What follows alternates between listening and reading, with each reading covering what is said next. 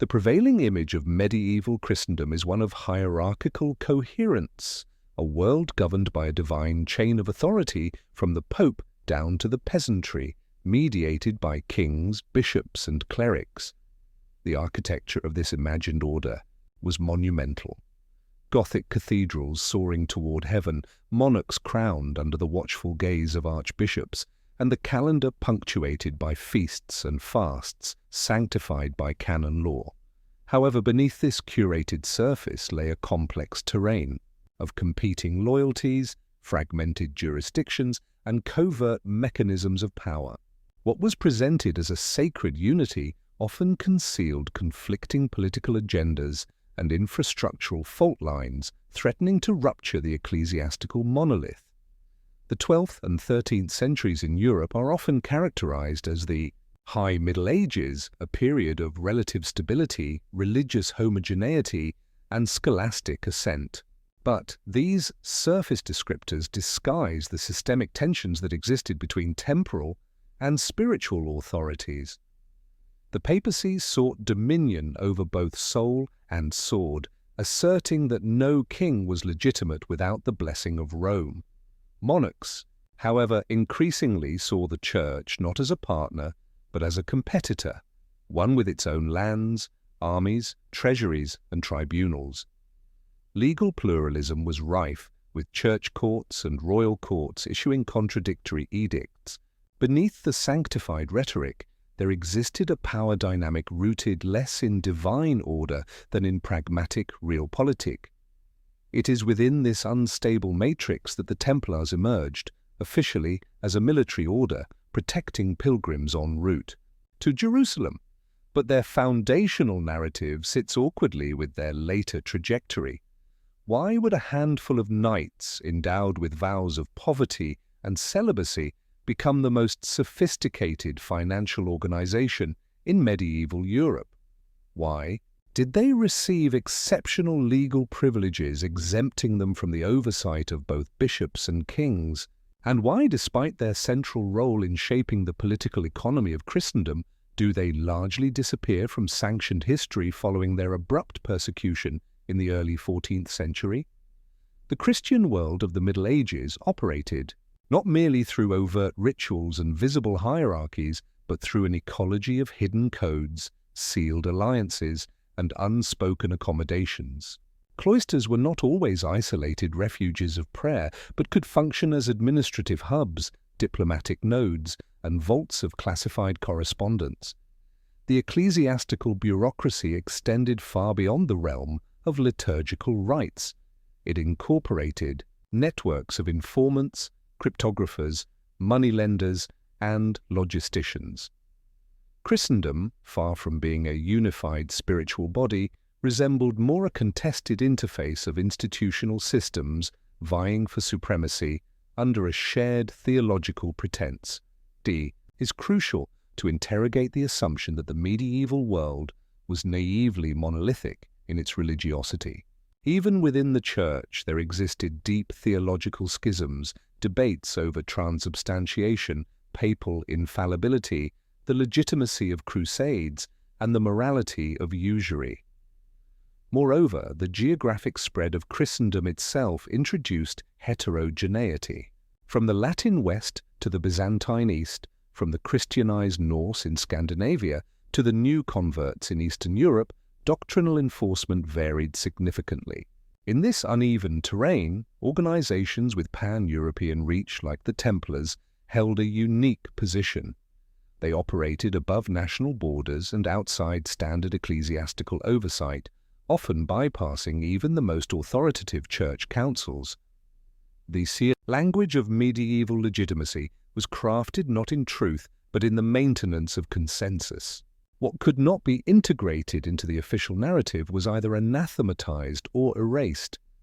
Heresies were not simply doctrinal errors, but often signposts of epistemic fractures in the overarching structure of power. The same logic applied to political dissidents, alternative monastic movements, and trans-regional networks whose autonomy threatened the sanctity of centralized authority. If control over belief was synonymous with control over behavior, then secrecy, not transparency, became the real currency of influence. In this context, the Templar Order must be re-examined not as an isolated anomaly, but as a critical node in the larger architecture of medieval covert governance. Their rise, institutional structure, operational autonomy, and eventual suppression suggest that they functioned as more than military monks. They were embedded in a subterranean system of information flow, asset control, and elite recruitment that operated beneath the theological facade.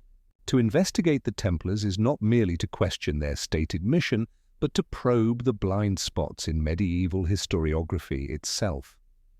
What the historical record offers is often a mixture of post-facto rationalizations and strategic silences.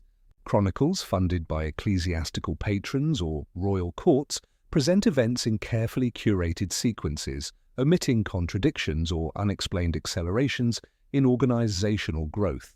The Templars, who appear suddenly as a small, pious brotherhood and evolve into a transcontinental power within decades, challenge the standard logic of institutional development.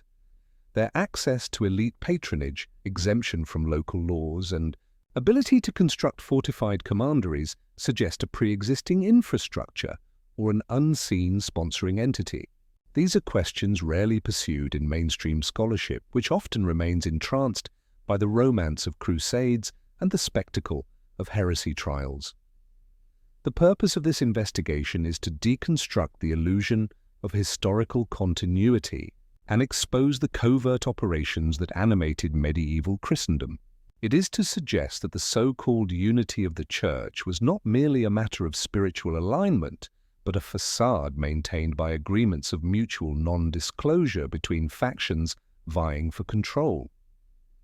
The Templars were not simply a threat because of their wealth or military power, but because they embodied an alternative model of sovereignty, one that bypassed traditional channels and operated through a cryptic web of transnational alliances. In revealing the hidden architecture beneath Christendom's public face, we begin to comprehend the role of secrecy not as a marginal phenomenon, but as the very foundation of institutional endurance. This reorientation demands that we no longer accept papal bulls, royal decrees, and council proclamations as transparent instruments of governance. Instead, they must be treated as performances designed to stabilize a political fiction. Underneath these performances, layered and encrypted, are the real structures of command, funding, intelligence, and coercion. The Templars, by existing in both visible and invisible registers, destabilized the balance between these layers. Their presence was tolerated only so long as it served the interests of the prevailing narrative. Once their internal mechanisms became too opaque or too autonomous, the illusion had to be recalibrated through ritualized suppression. The task ahead is not to reconstruct the secret history of the Templars from scratch, for such a task may ultimately be impossible. Rather, it is to identify the fractures in the official story and use them as entry points for forensic analysis. These entry points, the sudden wealth, the architectural anomalies, the legal exemptions, the encoded rituals, offer a roadmap not to the past itself, but to the machinery that constructs historical memory.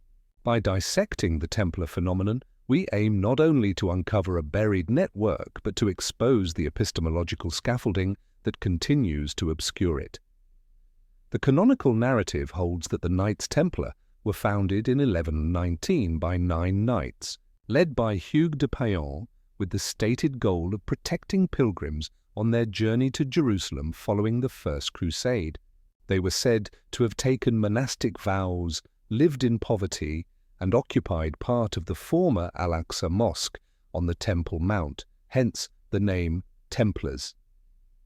This origin story, however, suffers from a number of contradictions and unexplained accelerations. It invites critical scrutiny not only for its simplicity, but for the way it seamlessly integrates a military order into both ecclesiastical and royal hierarchies, without the usual friction that accompanied the rise of new institutions. In medieval Christendom, the figure of Hugues de Payan itself is shrouded in ambiguity. Records prior to 1119 are sparse or non-existent, and even contemporary chroniclers offer conflicting accounts of his background. Some place him in the Champagne region of France, others associate him with noble families in Burgundy. This lack of clarity is compounded by the fact that the founding knights reportedly took no formal rules for nearly a decade. For a group tasked with the protection of thousands of pilgrims across a dangerous and fractured Levantine landscape, such informal beginnings appear inconsistent with their later rigor and discipline.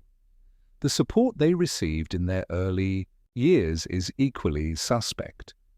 Within 2 decades of their alleged founding, they had secured backing from Bernard of Clairvaux, one of the most powerful clerics of the age, and a formal rule ratified at the Council of Troyes in 1129. Such rapid institutional legitimation suggests prior negotiations or a deeper agenda. In a time when most new religious orders struggled for decades to gain recognition, the Templars were fast-tracked through the ecclesiastical hierarchy. The involvement of Bernard, a Cistercian reformer with close ties to papal power, raises the question: were the Templars truly a spontaneous grassroots movement or a project sanctioned from inception by upper-tier church figures? The political context of the early 12th century provides further grounds for skepticism.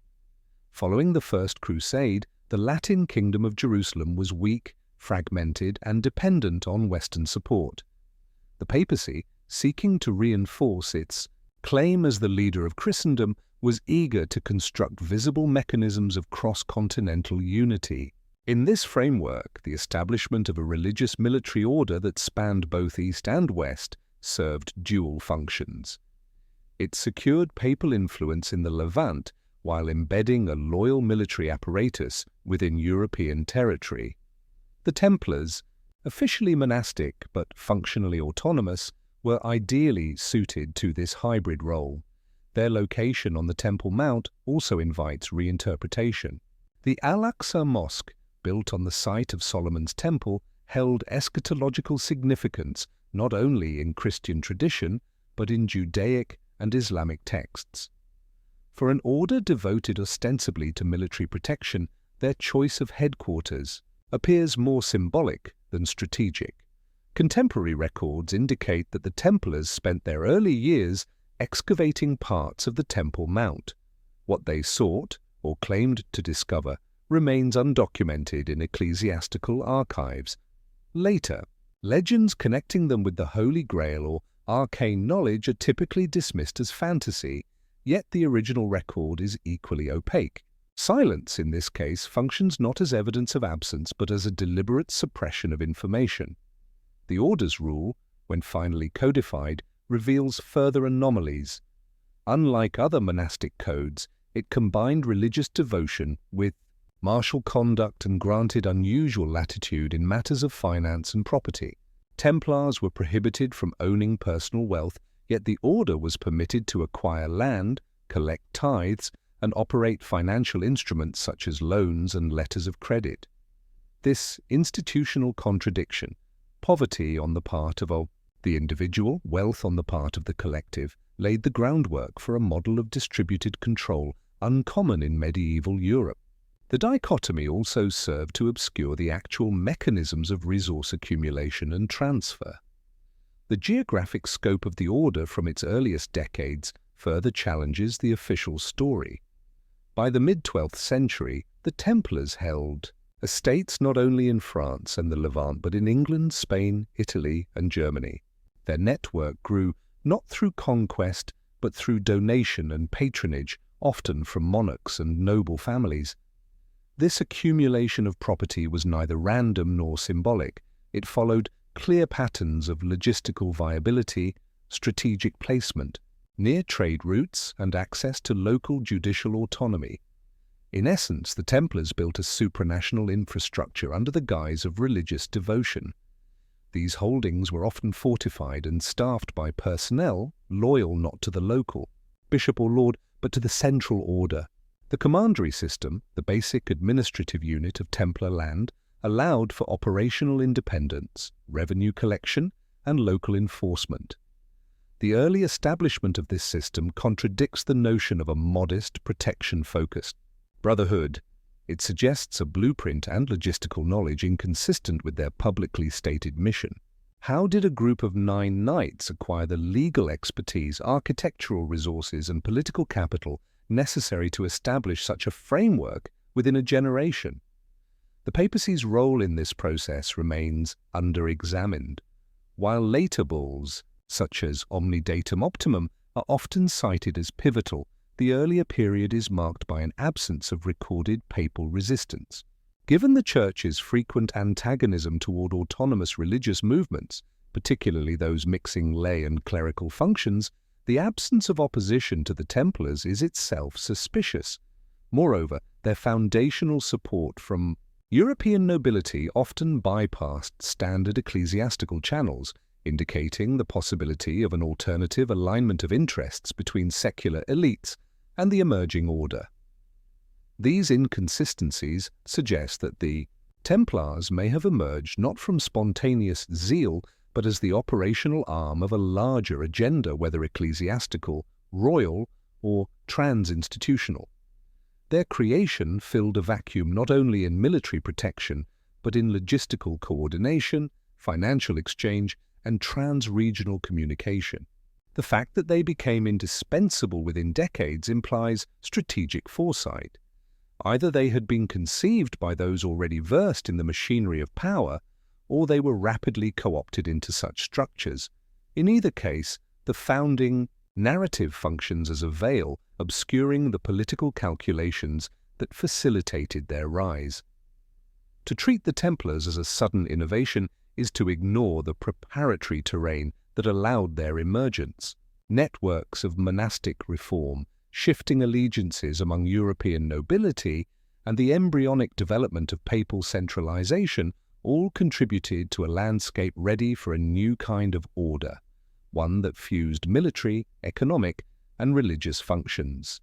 The Templars were not merely a product of Crusader idealism, but a structural response to the evolving architecture of medieval power.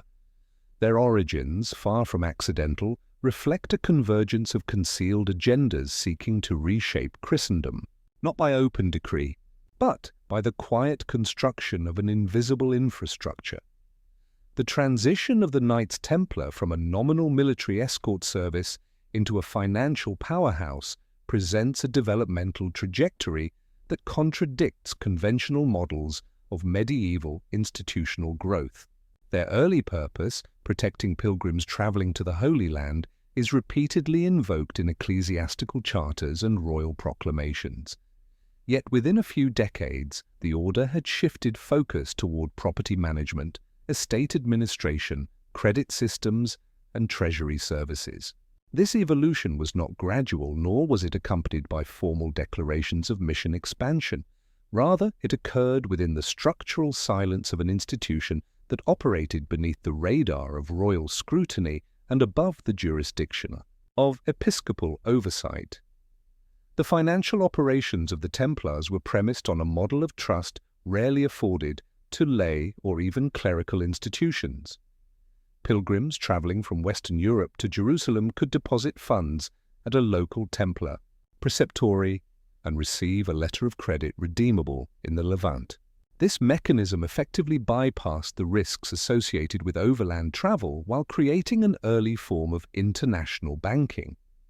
The underlying infrastructure for this system, record-keeping, currency exchange, authentication, was sophisticated and secure, suggesting either the adoption of pre-existing Eastern financial practices or the internal development of advanced logistical methods inconsistent with the order's purported origins.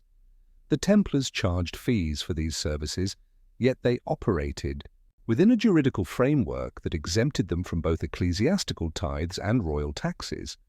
This dual exemption allowed them to accumulate wealth at a scale unthreatened by standard mechanisms of redistribution. Their estates generated agricultural income. Their commanderies served as storage sites for valuables, bullion, and documents. and their clerks managed assets with a level of professionalization unmatched by the local nobility or church parishes. This accumulation did not invite suspicion until it began to exceed the thresholds tolerable by competing power centers. By the mid-13th century, the order's financial influence extended deep into royal treasuries. Monarchs borrowed from the Templars to fund military campaigns, settle debts, and stabilize their own currency. The French crown, in particular, utilized Templar commanderies in Paris as de facto treasury offices. In England, the crown entrusted Templar estates with the safekeeping of tax revenues and the maintenance of records. These services effectively placed the Templars in the role of fiscal stewards without formal appointment. Yet, the legitimacy of this role was rarely questioned. Their religious aura shielded them from the kinds of audits and accusations routinely directed at Jewish moneylenders or secular merchants. This trust was not a result of theological consensus, but of legal engineering. The order's direct subordination to the papacy, formalized through a series of bulls, created an extrajudicial status immune to secular regulation. Kings could not inspect their records nor compel them to release funds without papal intercession. Even then, the Templars were known to delay or negotiate such interventions. Their internal communication channels, encrypted and hierarchical, ensured that sensitive information did not leak to external authorities. In this sense, their financial architecture was as much about secrecy as it was about efficiency. The commandery system played a central role in these operations. Each commandery maintained inventories, managed tenants, negotiated rents, and oversaw the local collection of interest-bearing loans. The funds were not hoarded but circulated through the order's transcontinental network, allowing for liquidity without dependence on coinage alone.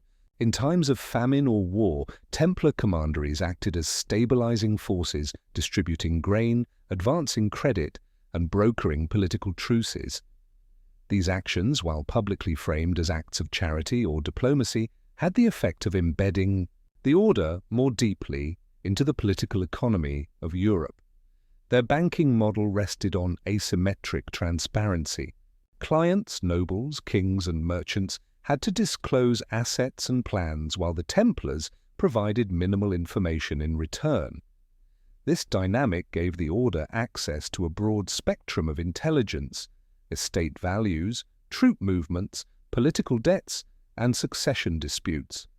Their clerks doubled as informants. Their letters carried both financial and strategic significance. The idea that the Templars were mere custodians of treasure ignores the extent to which information itself became their most valuable asset. In a world where secrecy was survival, the Templars perfected the art of opacity. The scale of their operations also raises questions about internal cohesion. Managing vast estates across hostile and linguistically diverse territories required a level of bureaucratic standardization unprecedented at the time. Their ability to reconcile accounts, enforce compliance, and avoid major internal corruption suggests either an unusually disciplined culture or an institutional surveillance system not recorded in open texts. Given the absence of whistleblowers or major financial scandals within the order, one must consider the possibility that enforcement mechanisms, ritual, legal, or otherwise, existed beyond the reach of contemporary chroniclers. The role of ritual cannot be overlooked. While most financial institutions derive legitimacy from external regulation or chartered authority, the Templars maintained cohesion through internal codes whose contents were withheld from the general public. Allegations of esoteric rites, secret oaths, and symbolic initiations, though often sensationalized in heresy trials, nonetheless indicate a layer of behavioral control that surpassed legal contracts. This control likely contributed to their efficiency, loyalty, and operational discretion. In contrast to feudal systems of vassalage, which depended on mutual recognition and personal bonds, the Templar model subordinated the individual entirely to the order. As their financial role expanded, the Templars began to intersect with theological fault lines. Usury, defined as the charging of interest, was officially prohibited by church doctrine. Yet the Templars navigated this prohibition by using service fees, currency exchanges, and delayed repayments, mechanisms that achieved similar outcomes without triggering canonical censure. Their financial activities thus operated in a grey zone, neither fully ecclesiastical nor fully commercial.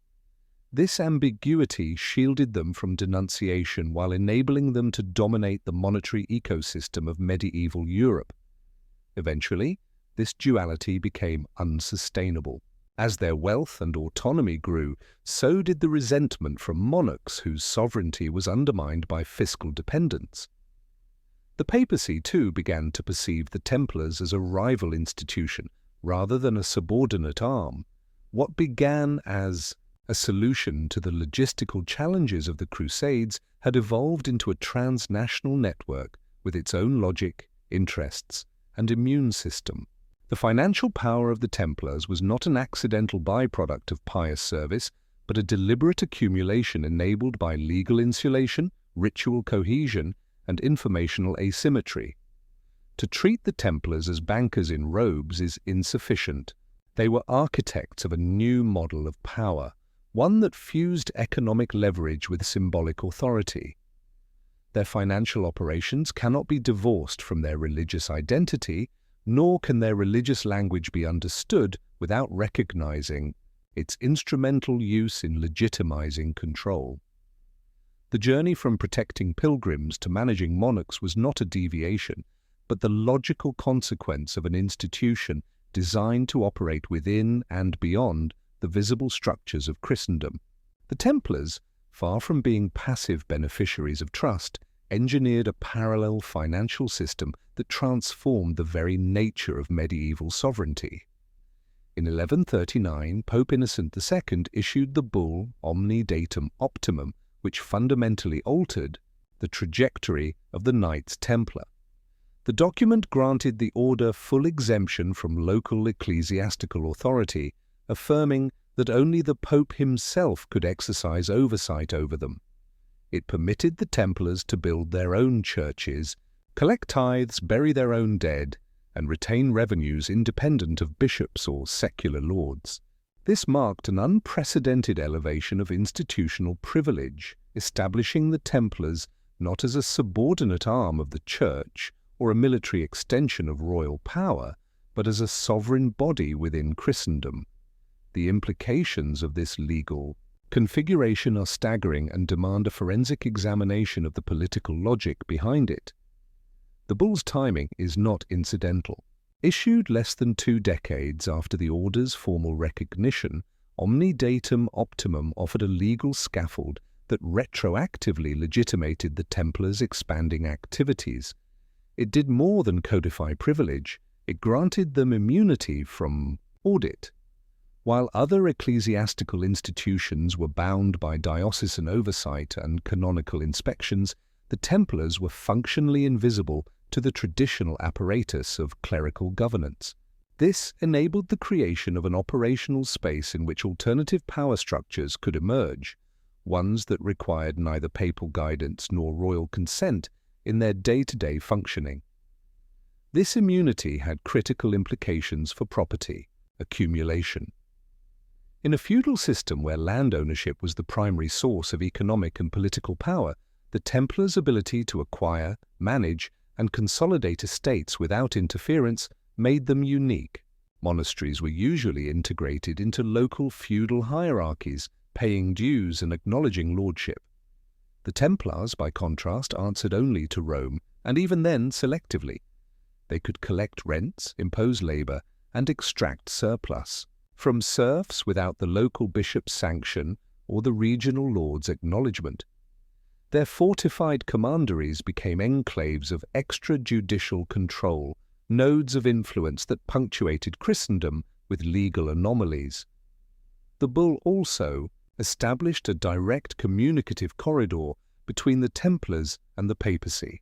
Letters, emissaries, and petitions bypassed local hierarchies, creating a centralized information network that mirrored the command structure of modern intelligence agencies more than medieval religious orders. This flow of information, unmediated by intermediaries, ensured that the Templars could operate with a level of strategic synchronization inaccessible to their contemporaries. It also allowed them to cultivate leverage over both secular and ecclesiastical authorities who lacked access to comparable data channels. The legal immunity extended beyond ecclesiastical law to encompass civil protections as well. The Templars were exempt from tolls, duties, and customs fees in many jurisdictions. They could move goods, money, and personnel across borders with minimal interference.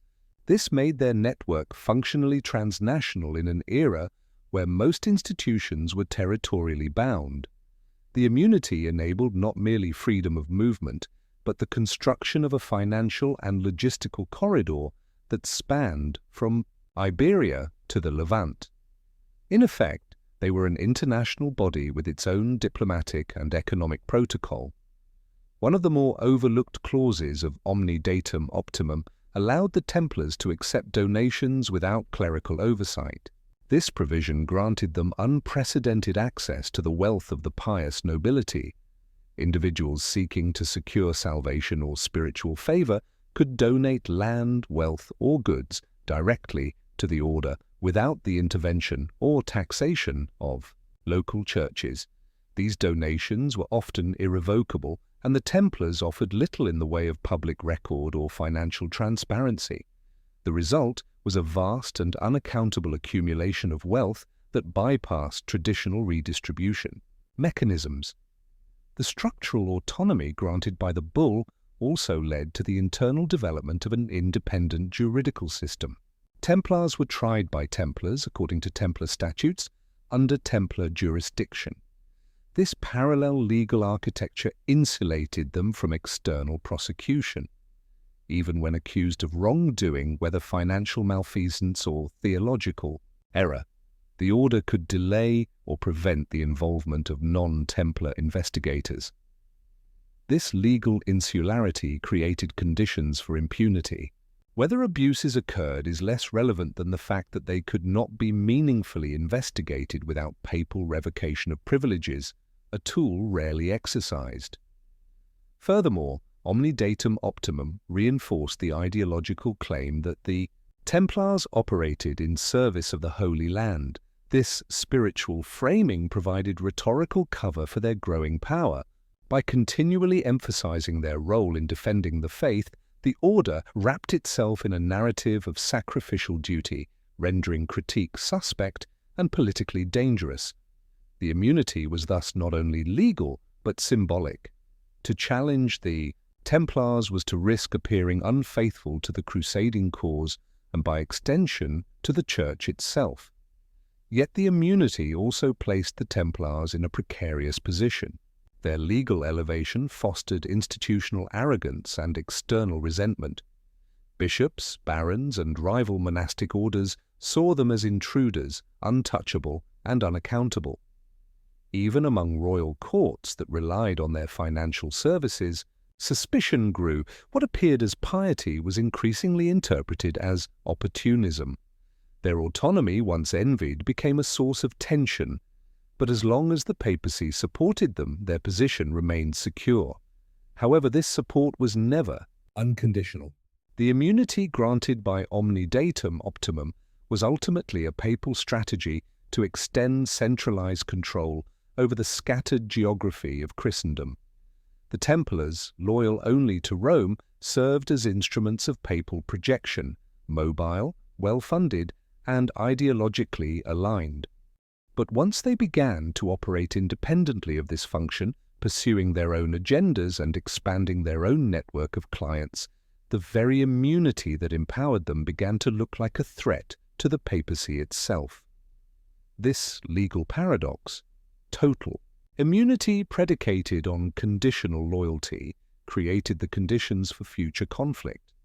The Templars' immunity became a structural problem, not only for local authorities, but for the broader legitimacy of ecclesiastical law. If one institution could operate outside all established frameworks, the principle of universal church authority was undermined. Their existence thus exposed the internal contradiction of a system that sought both hierarchical order and operational flexibility. The bull was never revoked during the Templars' operational lifespan, but it was silently reinterpreted. Later, papal communications began to hedge, introducing phrases that implied oversight or conditional trust. By the early 14th century, papal rhetoric shifted from unconditional praise to cautious distancing. This discursive shift foreshadowed the later crackdown orchestrated by King Philip IV and reluctantly endorsed by Pope Clement V. The immunity that had protected the order became, in time, the very basis for its downfall, proof, in the eyes of its enemies, that it had grown too powerful, too secretive, and too immune to justice. In the broader structure of medieval Christendom, the Templars embodied an experiment in decentralized control and legal exceptionalism. Their immunity was not a passive privilege, but a dynamic tool for the construction of a parallel sovereignty.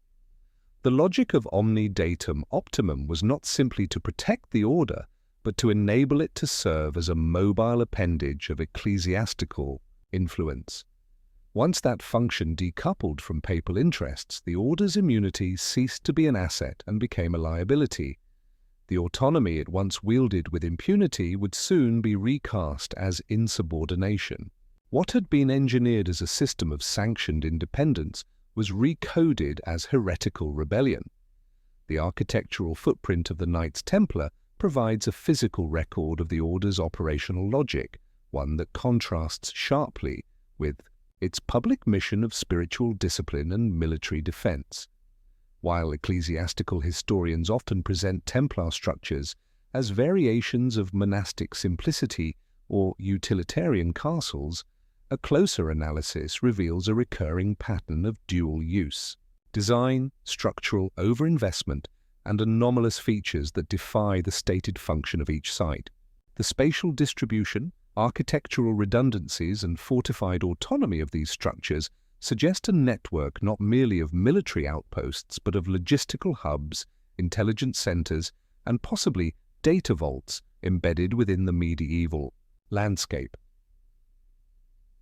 Across Western Europe and the Eastern Mediterranean, Templar commanderies were established in rural estates, urban peripheries, port cities, and trade corridors.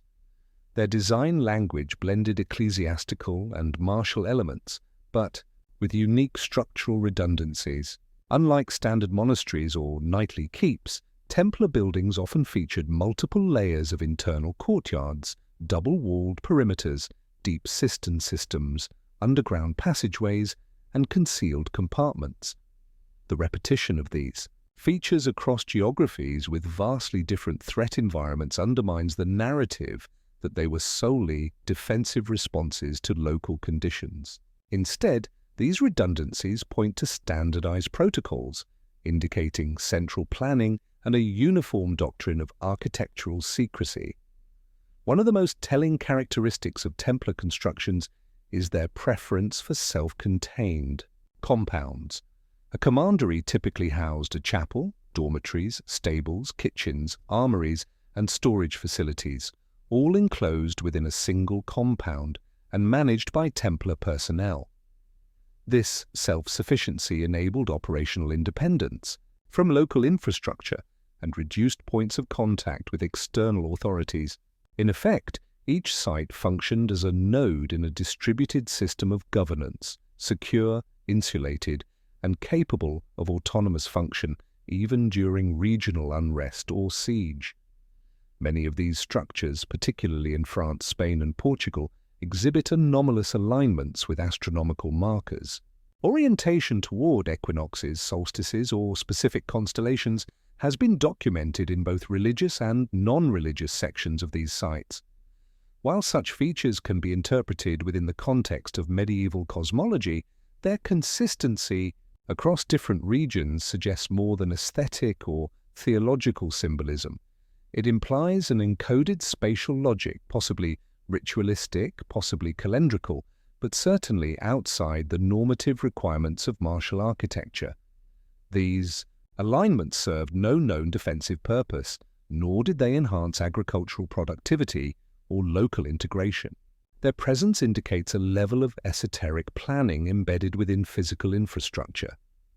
Another peculiar feature of Templar sites is the presence of subterranean chambers. These are often dismissed as wine cellars or storage vaults, yet their depth, construction quality, and lack of surface markers imply a more deliberate function. Some possess ventilation systems far more advanced than typical medieval basements. Others feature narrow, defensible access points, suggestive of secure confinement or the need for restricted entry. Documentation on their use is scarce or non-existent, and excavation is frequently impeded by legal or ecclesiastical restrictions. The hypothesis that these chambers served as repositories of sensitive information, ritual spaces, or encrypted archives remains speculative but plausible, given the broader context of the Order's secretive behavior.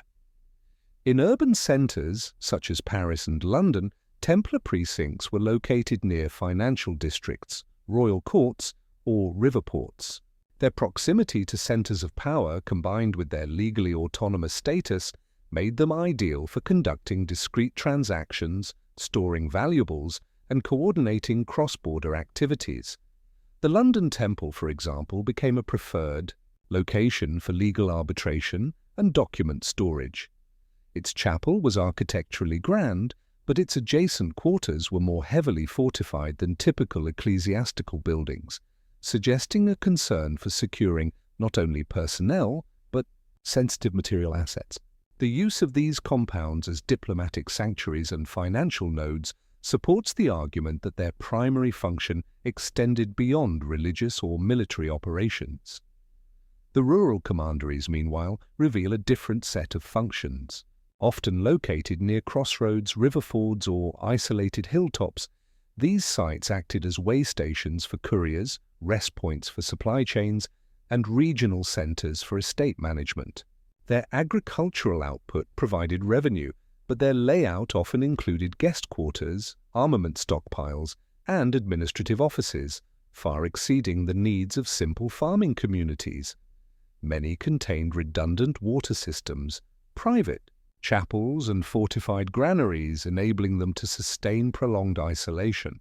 These characteristics are consistent with a strategic model of contingency planning, ensuring operability during periods of siege, plague, or jurisdictional collapse.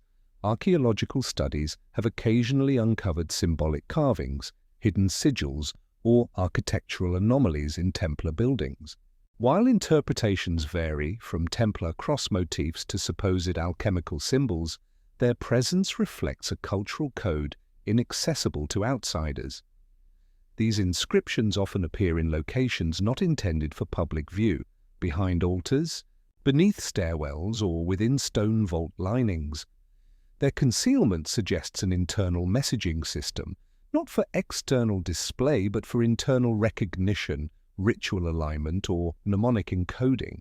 Such symbols, if systematically catalogued, could reveal a layered language embedded within the architecture itself. Importantly, many of these structures survived the suppression of the Templar Order in 1307. Unlike ephemeral political institutions or battlefield infrastructure, the commanderies were built to last.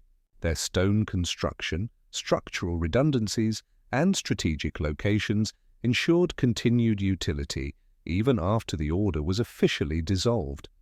In several regions, they were simply rebranded under other orders, such as the Order of Christ in Portugal, or repurposed for royal or ecclesiastical use. This continuity underscores their underlying utility. The infrastructure remained viable because it had always served functions transcending the Templar identity. The buildings outlived the order because their original purpose was never contingent on the order's public narrative. The architecture of the Templars should therefore be treated as a form of non-verbal intelligence, a physical code that transmits, information about institutional priorities, threat models, and operational doctrines. The redundancy of security features, the cryptic spatial logic, and the enduring autonomy of each site point to a system designed not for flexibility, but for controlled opacity. These were not mere buildings, they were containers of secrecy, temples of record and bunkers of memory. In the broader context of medieval Christendom, such constructions represent a radical departure from traditional religious architecture. They were neither open places of worship nor feudal manor houses. They were instead fortified membranes, interface points between visible Christendom and the invisible networks that governed it. The Templars, by encoding their institutional memory in stone, ensured a degree of permanence that written records could never achieve. Even when archives were destroyed or seized, the architecture remained silent, inert, but saturated with purpose. What remains today is often fragmentary. A ruined chapel, a weathered gatehouse, an overgrown tunnel. Yet the fragments speak. They speak not of piety or chivalry, but of foresight, compartmentalization, and concealment. They point to an institution that anticipated threats not only from without but from within, and that responded not with transparency but with calculated silence. The Templar buildings are the residual imprint of a sovereign logic, one that did not depend on papal favor or royal charter, but on stone, geometry, and the sanctity of secrecy.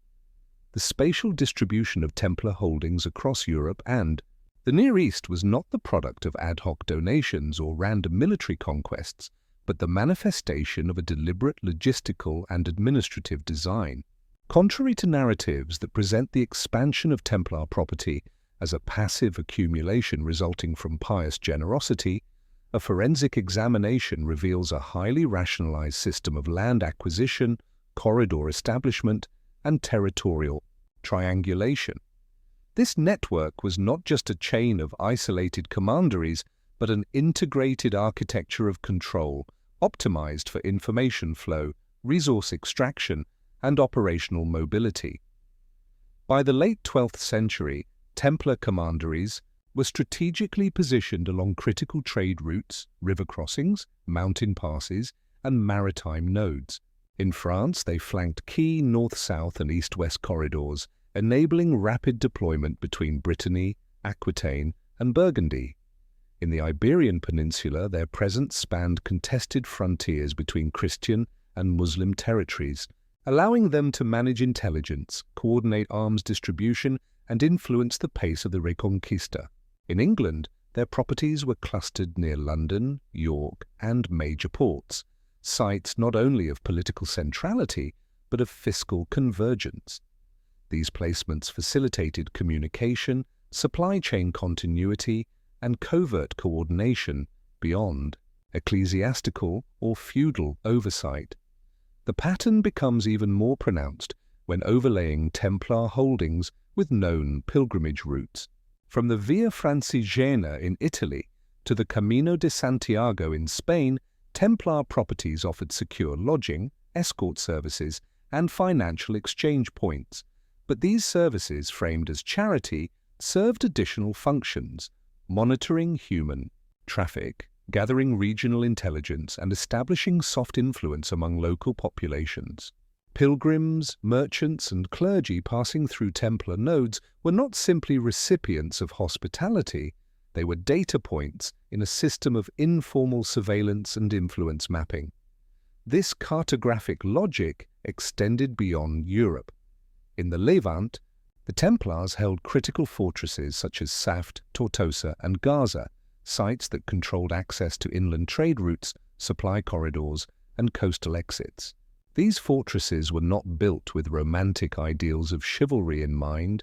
They were tactical outposts optimized for endurance, observation, and forward coordination.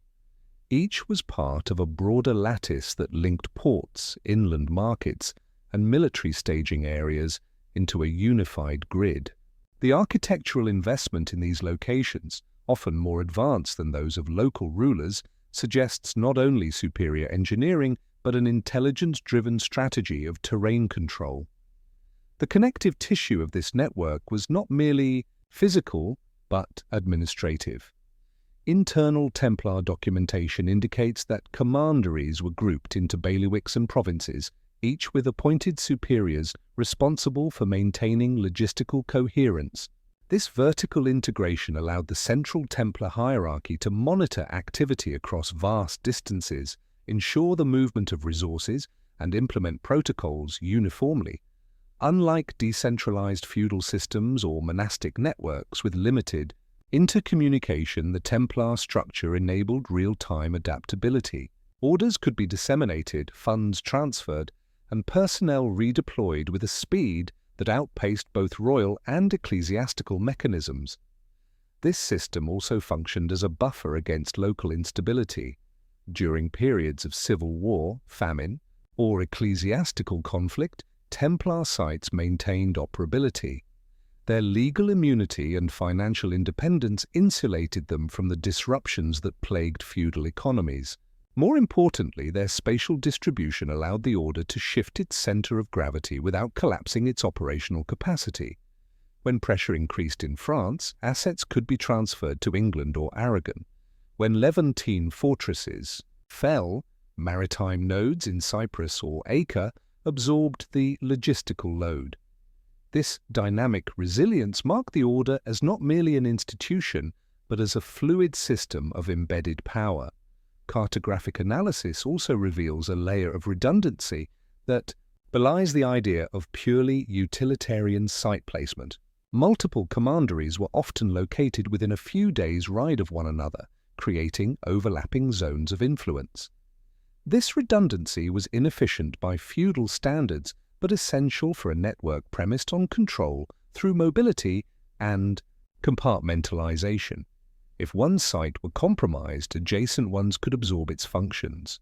This structure mirrors the architecture of later intelligence networks, where distribution is preferred over centralization to mitigate the risk of total collapse. The overlap between Templar holdings and pre-Christian sacred sites is another notable anomaly. In numerous cases, commanderies were built on or near ancient megalithic structures, former pagan temples or Roman way stations. While such locations may have offered practical advantages, elevation, proximity to water, visibility, they also carried symbolic resonance. Whether intentionally or not, the Templars inserted their presence into geographies long associated with sovereignty, ritual, and ancestral memory. In doing so, they anchored their authority not only in papal documents, but in spatial traditions, embedded in cultural consciousness. This suggests an awareness of symbolic geography and its role in legitimizing institutional permanence. The movement of people within this cartographic system was tightly regulated. Knights, sergeants, and chaplains traveled under internal passports, carried credentials authenticated by seals, and submitted regular reports to regional command. Goods were transported in guarded convoys, often bypassing local customs points. Letters traveled on established routes, coded or disguised when necessary. This level of administrative rigor required training, oversight, and a culture of discipline that far exceeded the norms of contemporary religious or military orders. It also required an ongoing process of cartographic documentation, maps, itineraries, and site evaluations that were likely preserved in internal archives now lost or suppressed. The density of Templar presence in certain border regions also suggests an effort to control the movement of not just goods but populations. In areas prone to migration, rebellion, or religious tension, the Order's presence acted as a stabilizing force, but one that served its own strategic interests. By positioning themselves as neutral arbiters or protectors, the Templars inserted themselves into local governance structures, often supplanting lords or bishops in practical authority. Their holdings became zones of exceptional jurisdiction, where Roman law, canon law, and local custom were suspended in favor of Templar statute. In this sense, the Templar cartography was a geography of exception. It created interstitial zones that defied standard categories, neither fully ecclesiastical nor fully secular, neither monastic nor military, neither national nor supranational. These zones formed a second map beneath the visible landscape of Christendom. To read this map is to understand the real structure of medieval governance, not a neat pyramid of papal supremacy, but a fractured terrain of enclaves, corridors, and parallel sovereignties. The Templars, through their network, managed to navigate and manipulate this terrain with a dexterity unmatched by their contemporaries. When Philip IV of France moved against the Templars in 1307, he targeted not only the order's personnel, but its geography. Arrests were coordinated with property seizures, archive confiscations, and territorial integration. The suppression was not an act of pious correction, but a cartographic counter-operation, a reassertion of royal sovereignty over a landscape, long infiltrated by a rival system of control. The fact that many Templar sites were simply absorbed into the royal domain or reassigned to compliant orders illustrates that their underlying utility remained intact. What changed was not the map itself, but its ownership. Understanding the Templars through their geography forces a reconsideration of their role in medieval history. They were not simply soldiers, monks, or bankers. They were engineers of territory, custodians of corridors, and architects of invisible control. Their cartography was not drawn with ink, but with stone, discipline, and privilege, and it remains partially legible today, embedded in the remnants of commanderies, in the grid of medieval trade, and in the legal anomalies that once defined their zones of exception. While the Templars are often portrayed as ascetic warriors committed to a clear monastic code, the inner workings of their communication, rituals, and documentation suggest the existence of a parallel symbolic system, one whose contents, structures, and transmission methods remain largely occluded from traditional ecclesiastical or royal oversight. A recurring feature in both trial testimonies and indirect documentation is the reference to secret signs, gestures, passwords, and private rituals. These elements indicate not mere formality, but a system of encryption, linguistic, procedural, and semiotic, developed for internal coherence, compartmentalization, and operational security. This system served to insulate the order from infiltration, enhanced loyalty through ritual bonding, and enforce a discipline of concealment at all institutional levels. The clearest documented reference to such a system appears in the confessions extracted during the suppression of the order in 1307, though obtained under duress and subject to political manipulation. These confessions display a disturbing consistency. Many knights reported that upon initiation, they were instructed in gestures, formulaic phrases, and behavioral protocols that were never to be disclosed.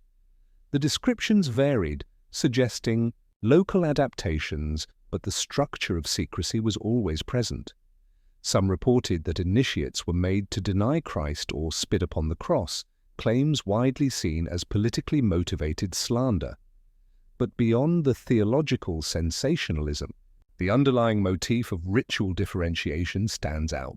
These were not simply symbolic acts. They were tests of internal trust, filters for obedience, and instruments of psychological breakage from conventional moral norms. Beyond ritual, the order maintained an internal correspondence system that remains largely unaccounted for in modern archives. The few surviving letters show signs of symbolic encoding, abbreviations, substitutions, and cryptographic markers designed to obscure content from unintended readers. The existence of such coding systems indicates a deliberate effort to restrict information access to hierarchically authorized individuals. These were not simple letters between comrades, but communiques of strategic and operational value. The capacity to develop and maintain such a system presupposes training, coordination, and an institutional commitment to information control. It also implies the presence of scribes, archivists, or stenographers whose roles have never been formally acknowledged in standard Templar narratives. Further evidence of encoded communication arises from the physical designs of certain Templars, chapels, and commanderies. Architectural historians have noted the presence of recurring geometric motifs, octagons, pentagrams, and intersecting circles embedded into floor plans, stained glass, and carved stone. These elements, while publicly interpreted as stylistic flourishes or symbolic references to the Holy Land, also function as mnemonic devices and spatial ciphers. In certain cases, these symbols form complex alignments with astronomical events or architectural ratios, suggesting an underlying numerological system possibly used for calendrical or liturgical coordination. This spatial semiotics, too consistent to be incidental, indicates that Templar architecture served as more than shelter. It was a vessel for encoded knowledge.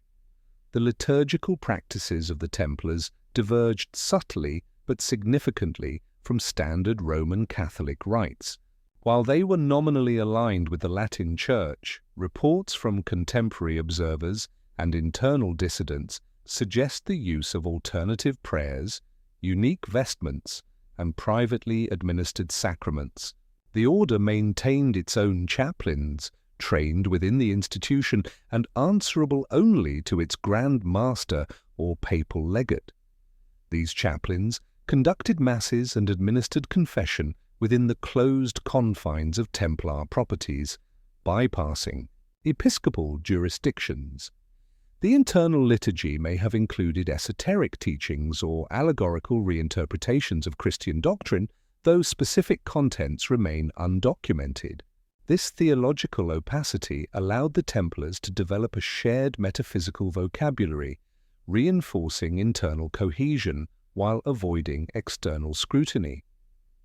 Several documents hint at the use of numeric ciphers for date stamping, encoding locations, and structuring internal calendars. Fragmentary codes found in Templar inventories and marginalia in administrative records suggest a modular system, possibly based on variations of Roman numerals, Hebrew letters, or Arabic arithmetic. These codes do not correspond to known monastic accounting systems and seem instead designed for internal tracking. The Order's pan-European scope and multilingual personnel would have necessitated a unifying code language that minimized interpretation errors. Such a system would also serve to obscure the scale of operations from external auditors, even those within the Church. Another vector of cryptic operation was the Templars' use of symbolic gestures. Initiation ceremonies, according to both friendly and hostile sources, involved a sequence of movements, embraces, and hand positions that varied by rank and context. These gestures functioned as identity markers in unfamiliar territories, allowed for discrete verification of allegiance, and ensured the continuity of operational command even in fragmented battlefields or politically unstable zones. The existence of such a kinesthetic code, even in rudimentary form, placed the Templars closer to proto-Masonic traditions than to conventional monasticism. It is also worth noting that the Order maintained a clear policy of verbal discipline. Members were prohibited from disclosing the contents of internal debates, financial decisions, or command directives to non-members. Silence was not only a personal virtue, but an institutional requirement. Violations of confidentiality were punished through expulsion or harsher penalties, depending on regional statutes. This culture of verbal restriction extended even to the naming of members. In some commanderies, knights were known by title or number rather than personal names, especially in external dealings. This depersonalization served to obscure networks of influence and inhibit external intelligence gathering.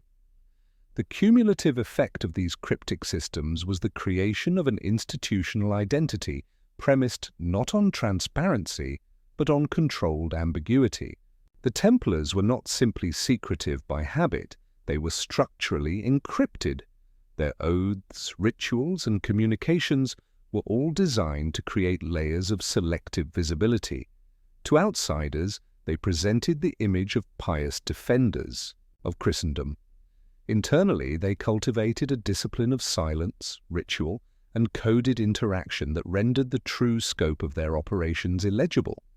This dual structure of external clarity and internal encryption allowed the Templars to function as both public servants and private actors.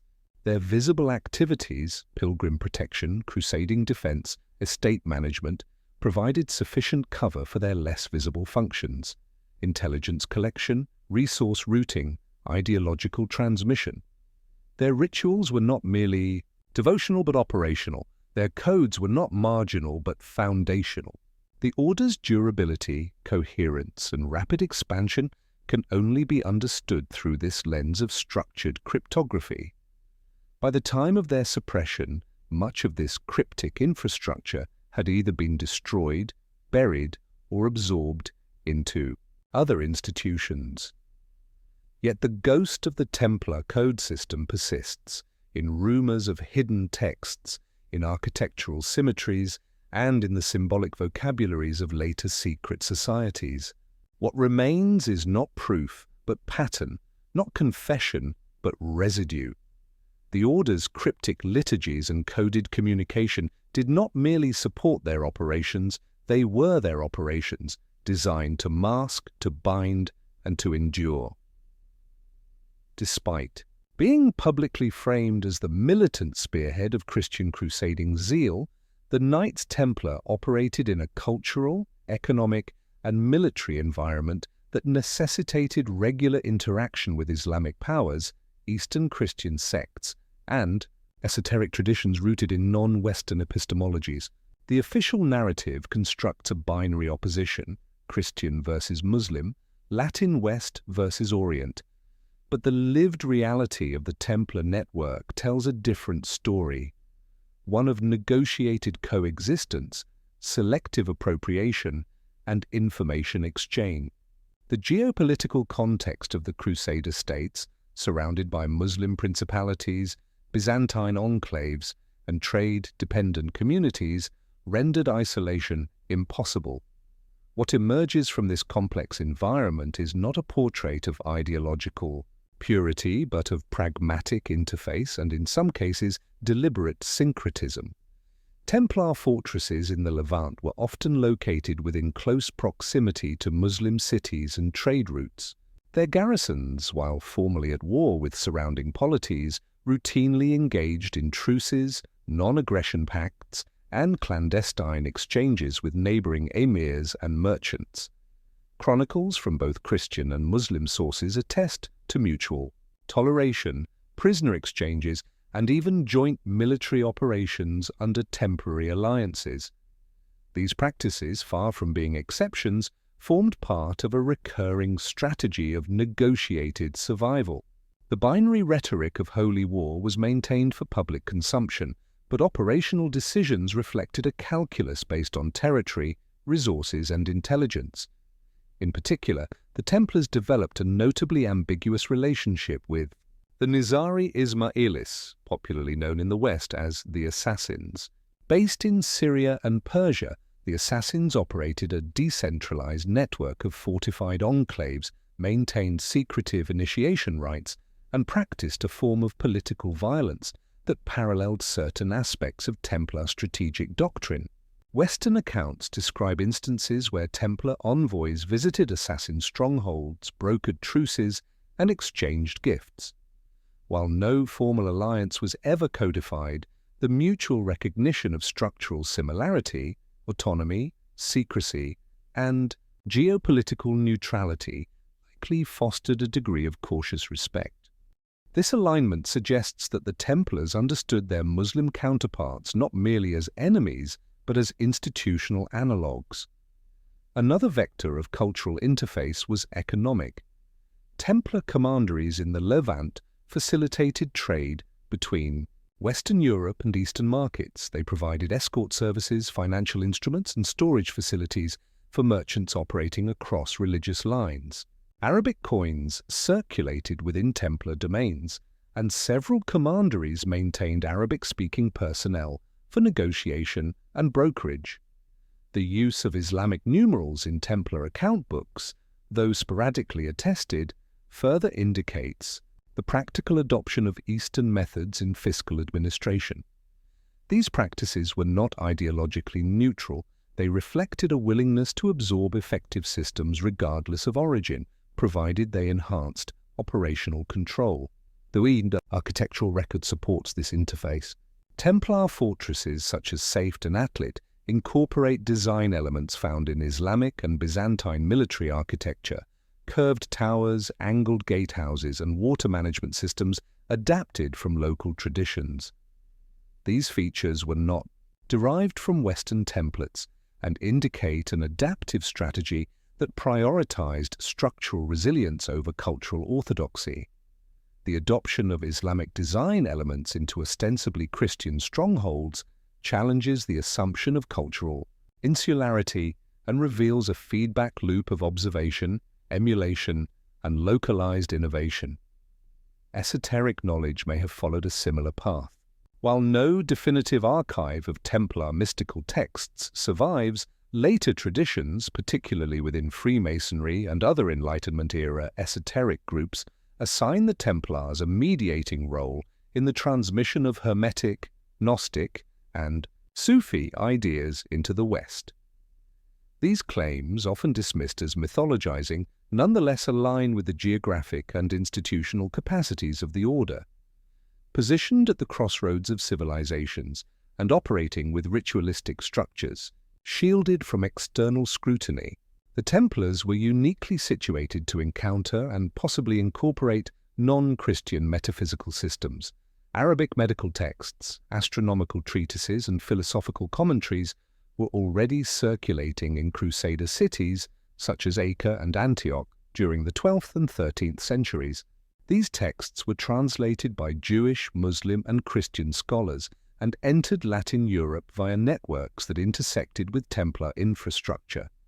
While monastic scriptoria typically engaged in formal translation projects, Templar commanderies offered logistical support, housing scholars, securing manuscripts, and facilitating cross-cultural transmission. Though the order itself did not produce scholastic output, its logistical and financial support of intellectual exchange positions it as a silent partner in the early stages of what would later become the Western philosophical Renaissance. Templars' exposure to Sufism is particularly worthy of investigation. Sufi orders, characterized by spiritual initiation, hierarchical secrecy, and a focus on inner transformation, mirror aspects of Templar internal practice. Both systems employed symbolic language, sacred geometry, and oaths of silence. While no direct lineage can be proven, the possibility of conceptual borrowing is not remote. The mere coexistence of such systems within overlapping territories, both engaged in ritual discipline, ideological nonconformity, and geopolitical adaptability, creates a zone of potential influence. Whether through direct contact or parallel evolution, the resemblance suggests a deeper resonance than is acknowledged by institutional historiography. Even within the order's Western European commanderies, traces of Eastern influence appear in decorative motifs, liturgical anomalies, and architectural anomalies. Some chapels contain iconography more typical of Byzantine or Near Eastern Christian traditions than of Latin Romanesque style. Others feature Arabic calligraphy, repurposed mosaic tiles, or carved patterns consistent with Eastern aesthetics. These incorporations may have been viewed by contemporaries as exotic spoils of conquest, but their systematic presence across multiple sites hints at a more complex appreciation, or even reverence, for the aesthetics and symbols of other traditions. The Templars' legal autonomy also facilitated these exchanges. Unlike other Western institutions bound by diocesan oversight or monastic orthodoxy, the Templars could import, store, and disseminate manuscripts without approval from local bishops. their chaplains answered only to the Grand Master or the Pope, allowing for doctrinal experimentation or heterodox exploration shielded from conventional inquisitorial mechanisms. This structural independence made them potential conduits for intellectual transmission across religious boundaries, even if the contents of such exchanges remain speculative.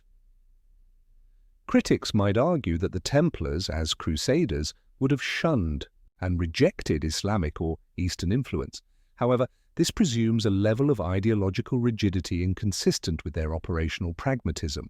The order's success depended not on doctrinal purity but on adaptability, intelligence, and institutional insulation. Cultural interface was not merely tolerated, it was structurally inevitable, and in several cases it was strategically pursued. By the time of their suppression, the Templars had become, in effect, cultural intermediaries.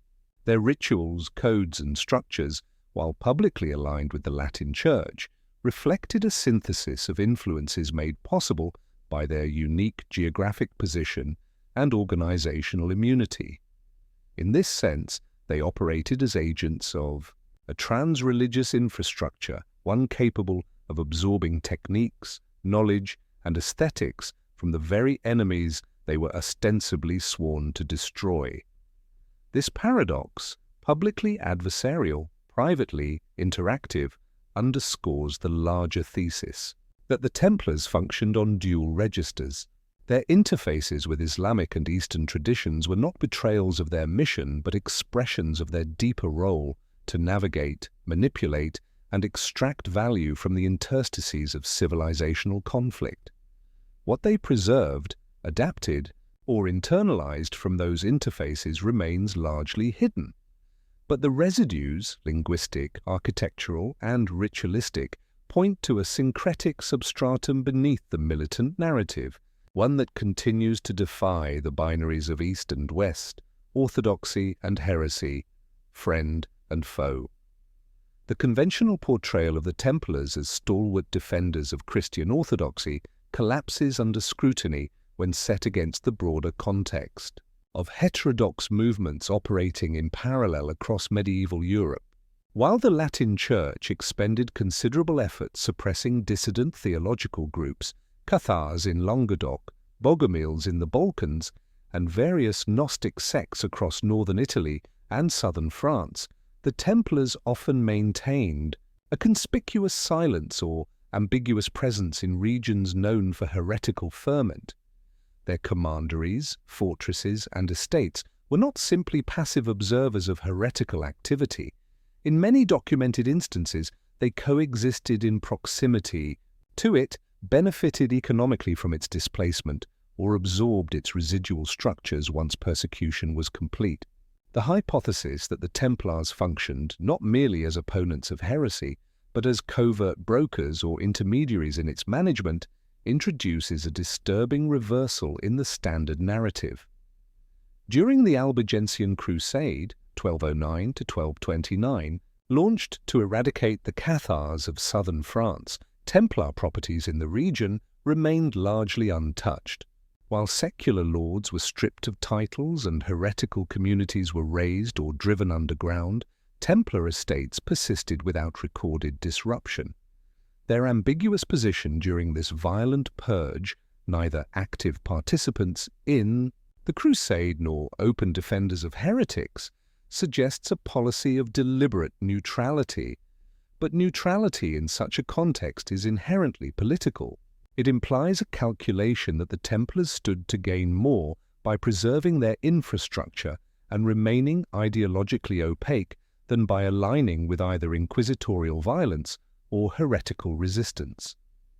Post-Crusade records reveal that former Cathar strongholds, once confiscated, were occasionally transferred to Templar control or passed through their logistical networks.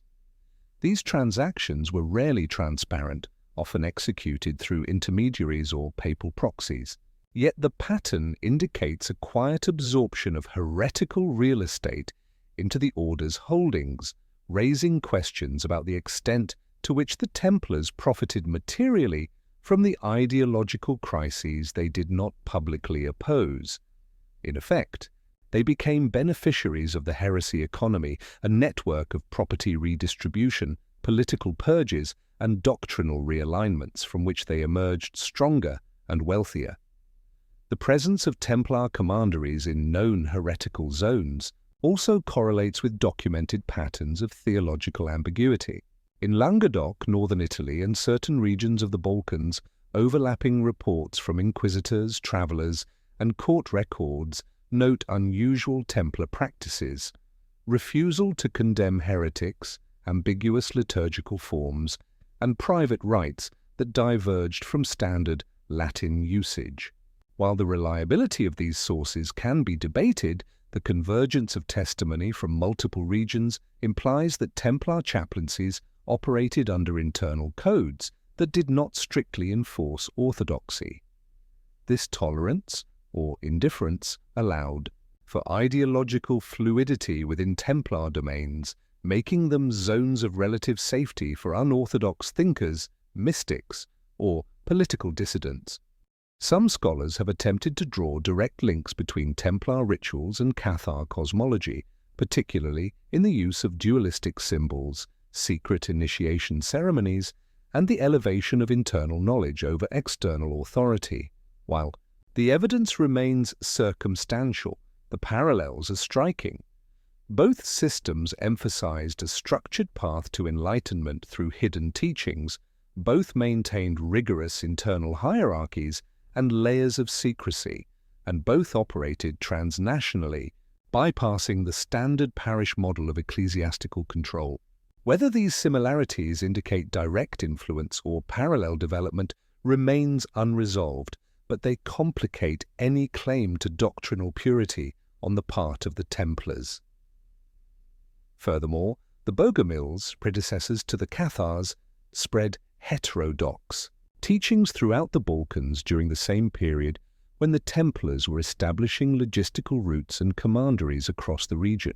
While little documentation survives regarding Templar interaction with Balkan heretics, geopolitical logic suggests at least tacit coexistence.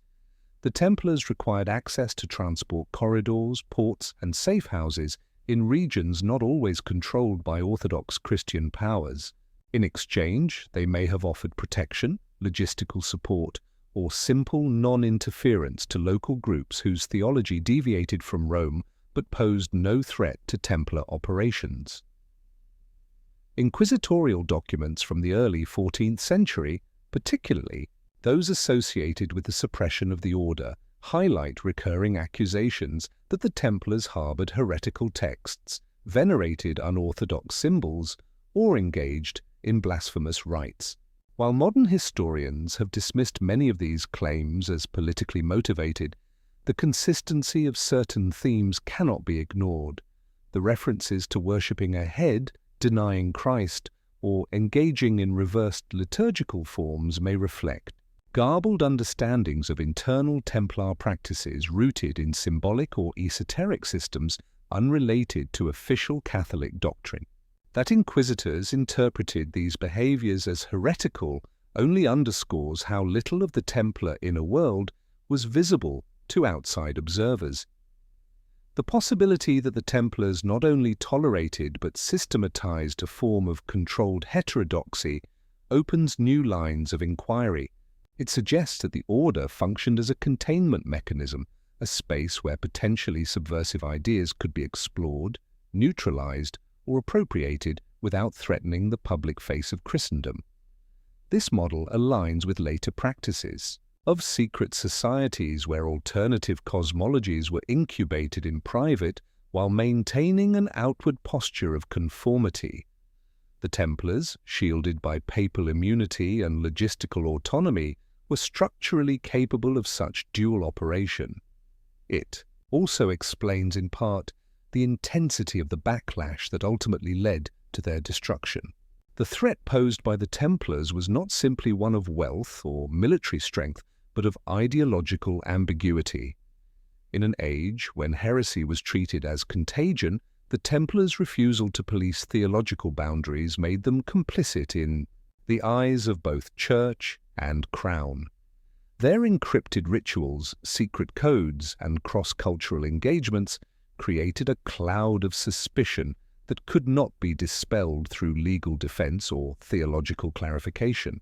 They had, over time, constructed a sovereign ideological space, one that was neither heretical nor orthodox, but something altogether more destabilizing, unclassifiable. The absence of surviving Templar theological writings exacerbates this ambiguity. Unlike other religious orders, the Templars did not produce commentaries, scholastic debates, or doctrinal treatises. Their knowledge was embodied, ritualized, and transmitted internally, making it resilient to external interrogation, but vulnerable to permanent loss. What theological content may have existed, if any, was likely oral, symbolic, or encoded in forms not legible to church bureaucracies. This absence has allowed later generations to project onto the Templars whatever meaning suited their agendas, mystical wisdom, satanic blasphemy, or revolutionary proto-humanism.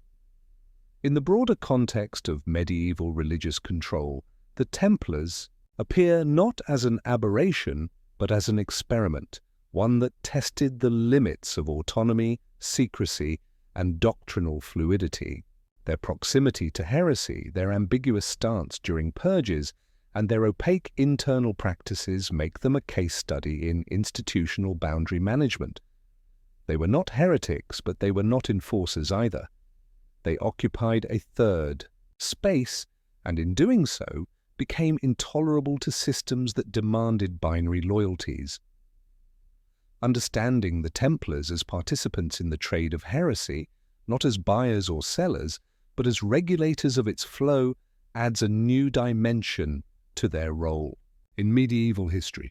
It reframes them not as victims of political conspiracy, but as agents of ideological modulation, whose failure lay in their refusal to make their ambiguity legible to power. They were destroyed not because they opposed the Church, but because they rendered its boundaries permeable. And in the logic of inquisitorial control, that was the gravest heresy of all. Among the most strategically consequential facets of the Templar Order was its transformation into the de facto financial engine of late medieval Christendom. While their martial and spiritual identities were emphasized in ecclesiastical rhetoric, the Templars' financial activities formed the foundation upon which their actual power rested.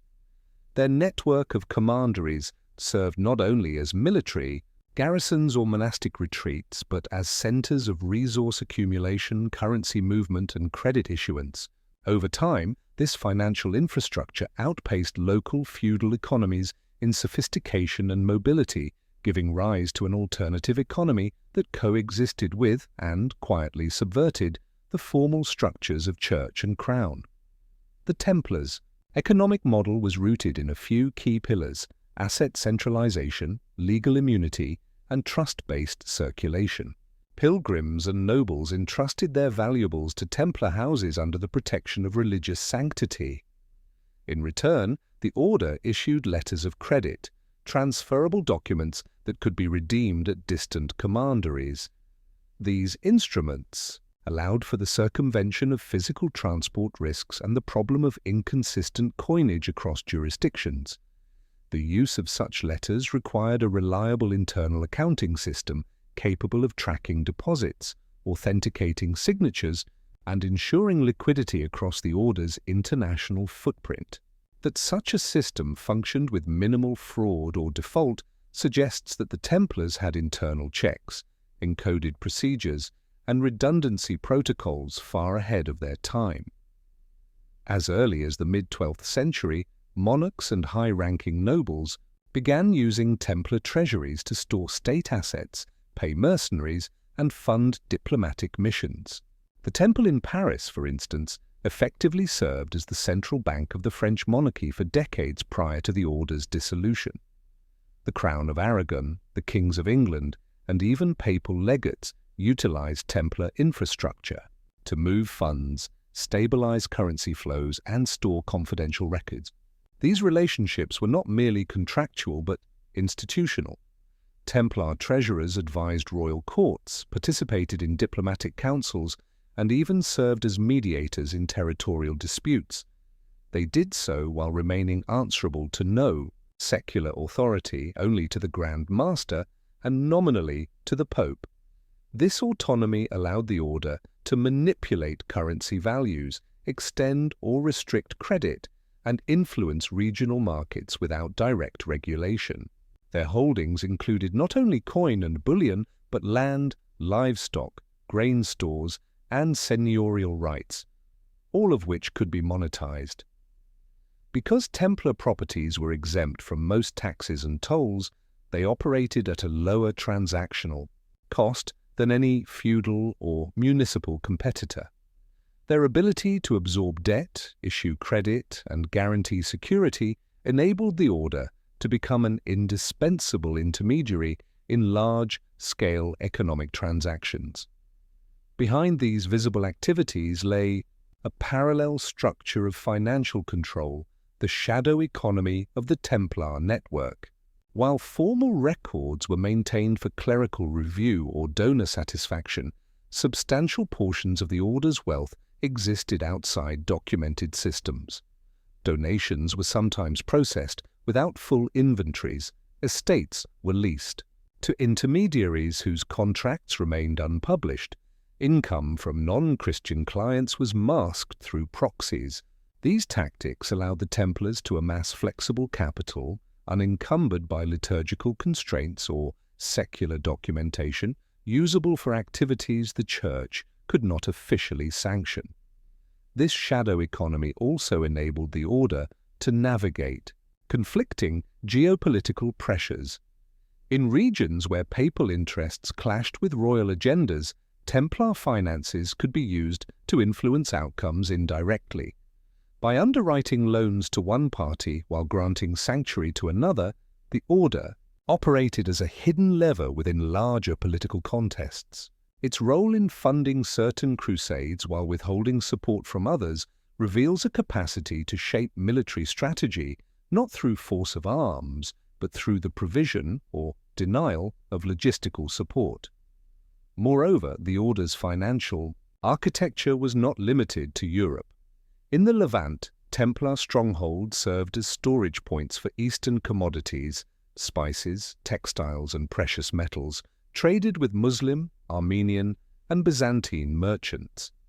These goods were often transported using Templar ships stored in fortified ports and auctioned through internal or affiliated networks.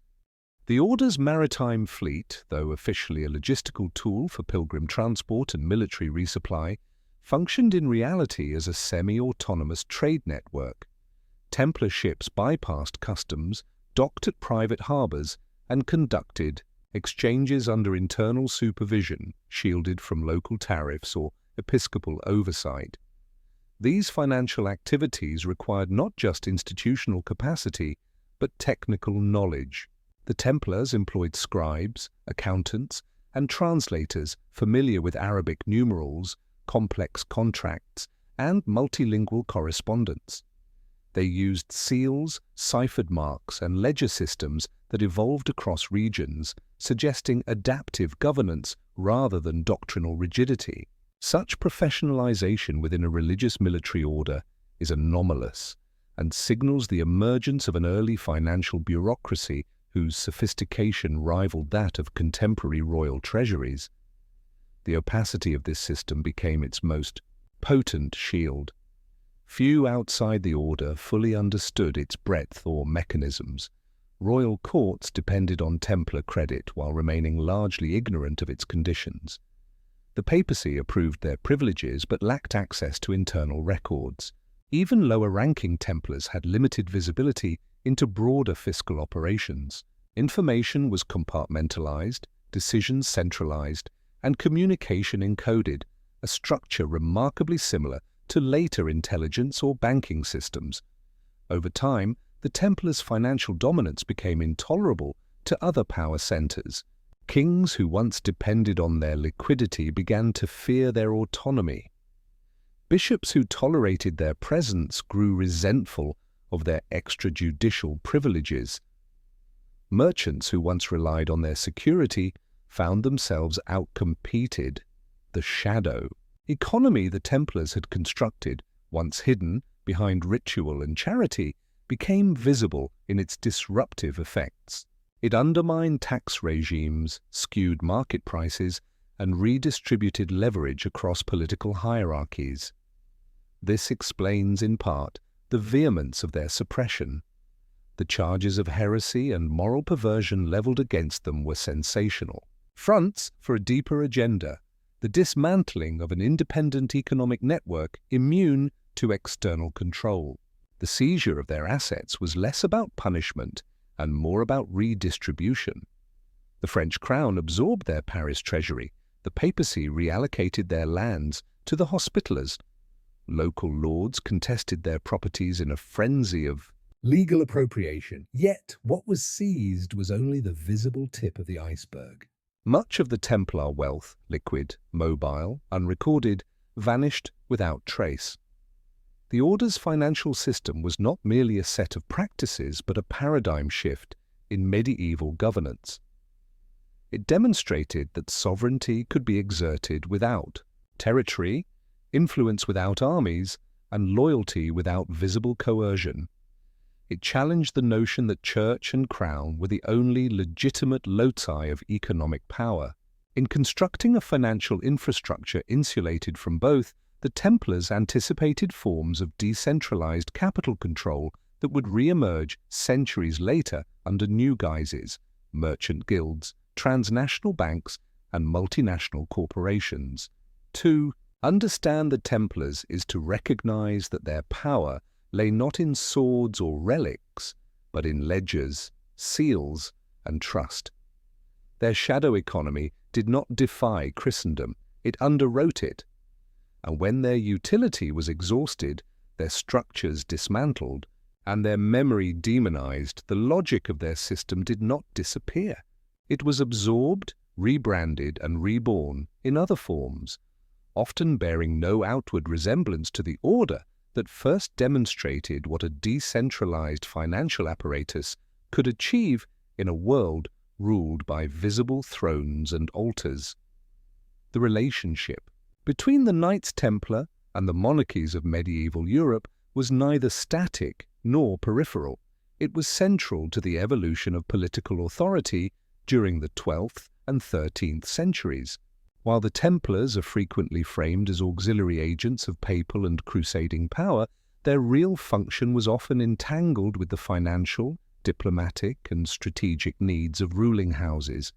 What appears as cooperation on the surface reveals, under closer examination, a deeper structure of codependence, hidden influence, and at times manipulation.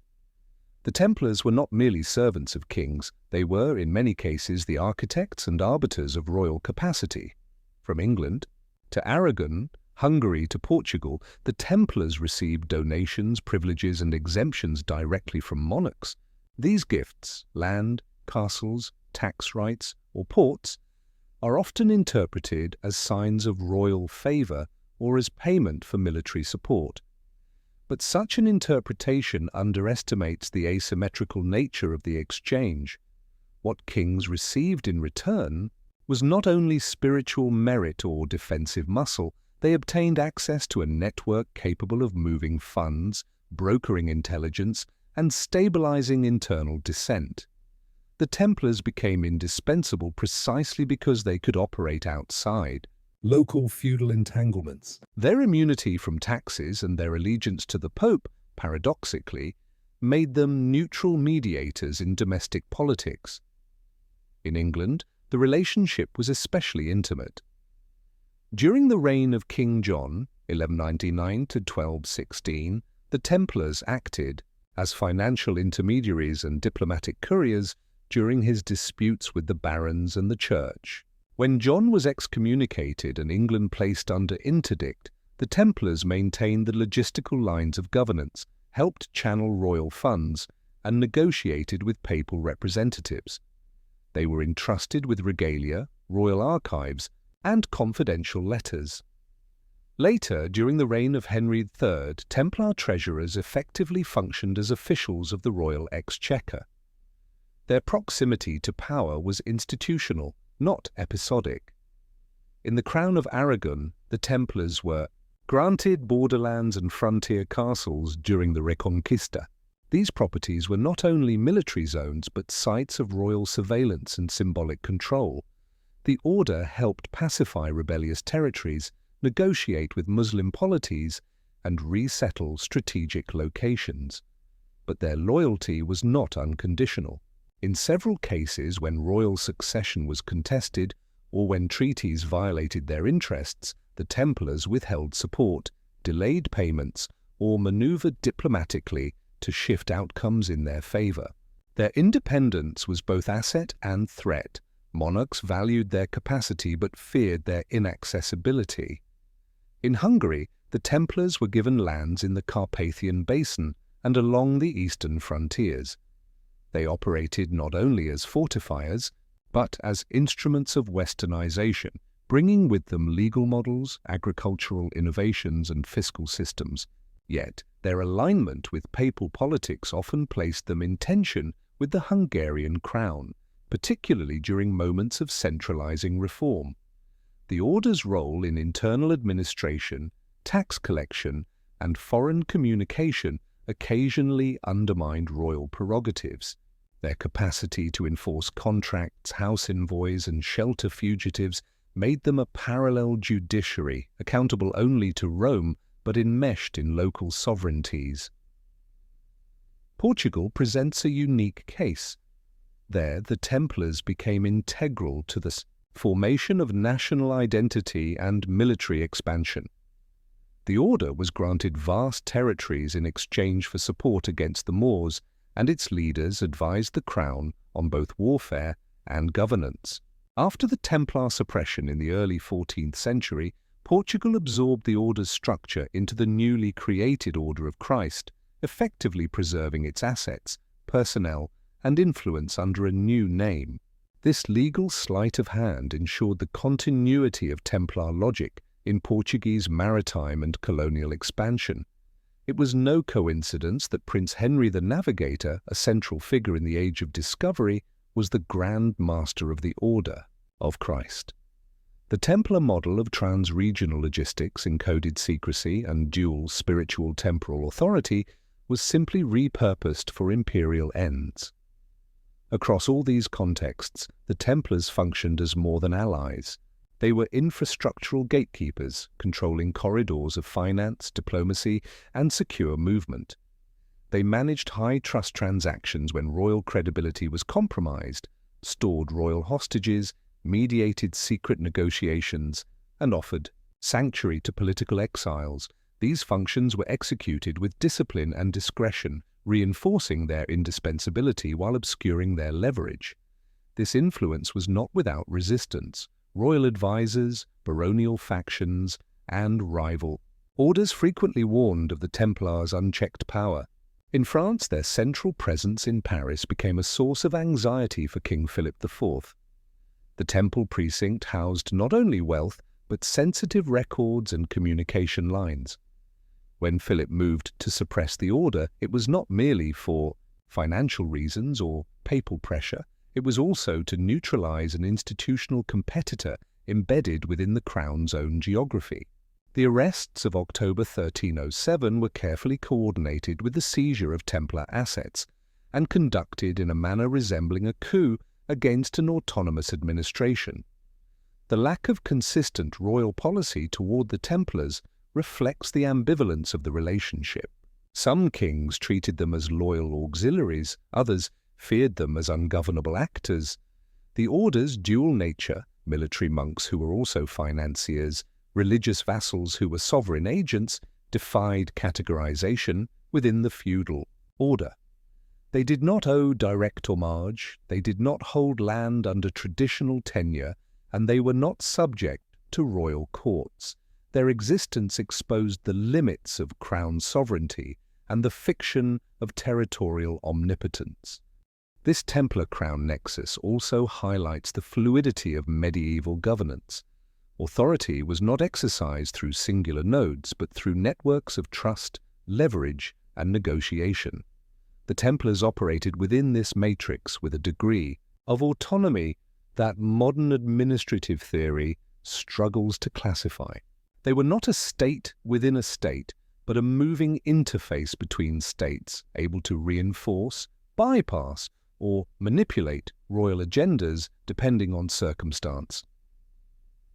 Understanding this nexus reframes the Templars' suppression. It was not simply the collapse of a deviant order, but the reassertion of territorial sovereignty over a distributed system of post-feudal control. The monarchy sought not only wealth but informational dominance, jurisdictional clarity, and symbolic centrality. The destruction of the Templars was as much about narrative restoration, reasserting the king as the axis of loyalty and authority, as it was about fiscal recovery or theological purification. The order's enduring threat was not their theology, nor even their secrecy. It was their capacity to operate sovereign functions, diplomacy, finance, intelligence, without being sovereigns. They were tolerated while useful, but once their system began to outpace royal institutions in coordination, speed and discretion, their existence became untenable. The Templar crown nexus, once a tool of statecraft, was perceived as a challenge to its legitimacy. And in a world increasingly obsessed with the centralization of power, such ambiguity had to be erased. The coordinated arrests of the Knights Templar on 13th of October 1307 under orders from King Philip IV of France are typically framed as a watershed moment of judicial retribution and theological correction. The standard narrative invokes charges of heresy, blasphemy, idol worship, and moral depravity. Yet a critical examination of the chronology, logistics, and messaging of the suppression suggests not a spontaneous enforcement of justice, but a carefully orchestrated political performance. The suppression functioned as theatre, a ritualized spectacle of purification whose true aim was the consolidation of power, the reassertion of royal sovereignty, and the destruction of an ungovernable institution that had outlived its utility. Philippi IV's motivations were neither spiritual nor moral. His regime was financially exhausted from wars with England and Flanders, entangled in disputes with the papacy, and burdened by debts owed in part to the Templars themselves. The Order's Paris commandery had long operated as a de facto royal treasury, and the Templars' refusal to subordinate their records and procedures to the king's court made them both a financial target and a symbolic affront. The suddenness of the arrests, executed simultaneously across France at dawn, implies months of preparation. This was not reactive governance, it was premeditated statecraft, carried out with militarized precision. The charges leveled against the Order were inflammatory by design. Allegations included ritual denial of Christ, spitting upon the cross, worship of a mysterious bearded head, the so-called Baphomet, and indecent kissing during initiations. These accusations were not new. In the language of inquisitorial regimes, they mirrored stock tropes applied to heretics and sects throughout the 13th century. What distinguished the Templar case was the scale of application. A vast and powerful network was suddenly reclassified not merely as suspect, but as institutionally heretical. This required a leap in logic that could only be bridged by public spectacle. The role of the Inquisition in this affair was secondary, not primary. Philip bypassed standard ecclesiastical channels, issuing royal orders directly to regional bailiffs and commanding the seizure of Templar properties without prior papal sanction. The Pope at the time, Clement V, initially protested the arrests, insisting that only the Church had authority to judge a religious order. Yet within weeks, under political and military pressure, Clement capitulated. A papal bull in November 1307 legitimized Philip's actions retroactively, placing the Pope in a defensive posture. The result was a reversal of medieval norms, a monarch dictating terms to the papacy, with theology subordinated to political choreography. Interrogations of the arrested Templars were conducted under torture, a method legitimized by earlier inquisitorial practices but repurposed here as a tool of narrative construction. The confessions extracted, often contradictory, sometimes recanted, served not to illuminate truth, but to populate a pre-written script. Those who denied the charges were subjected to repeated torture. Those who complied were paraded as proof of systemic guilt. The process resembled less a judicial inquiry than a performative reaffirmation of royal authority, staged before an audience of clerics, nobles, and citizens who had witnessed the Templars' ascendancy for over a century. The timing and messaging of the suppression further indicate theatrical intent. The arrests occurred on a Friday the 13th, a date that later generations would mythologize, but which in its own time was selected for maximum impact at the end of a liturgical week. The spectacle continued through show trials, public burnings, and the dramatic execution of Grand Master Jacques de Molay in 1314, whose final statement, denying the charges and cursing his persecutors, was delivered atop a pyre within sight of the royal palace. This death, timed to follow years of procedural delay and political negotiation, was the climax of the theatre, the silencing of a figure who refused to conform to the script. What the suppression achieved, beyond the dissolution of the order, in France, was the redistribution of assets and symbolic capital. Templar properties were nominally transferred to the Knights Hospitaller, but in many cases they were absorbed by the crown or contested by local lords. The financial and logistical infrastructures painstakingly built over generations were fragmented, their records confiscated, redacted, or destroyed. The commanderies were stripped of autonomy, and the Templar name itself was rendered unutterable in formal discourse. The memory of the order was not merely suppressed, it was rewritten, converted from a model of disciplined autonomy to a cautionary tale of corrupted secrecy.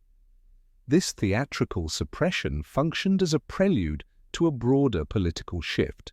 In the following decades, monarchs across Europe intensified efforts to centralize power, standardize legal codes, and subordinate religious institutions to state control.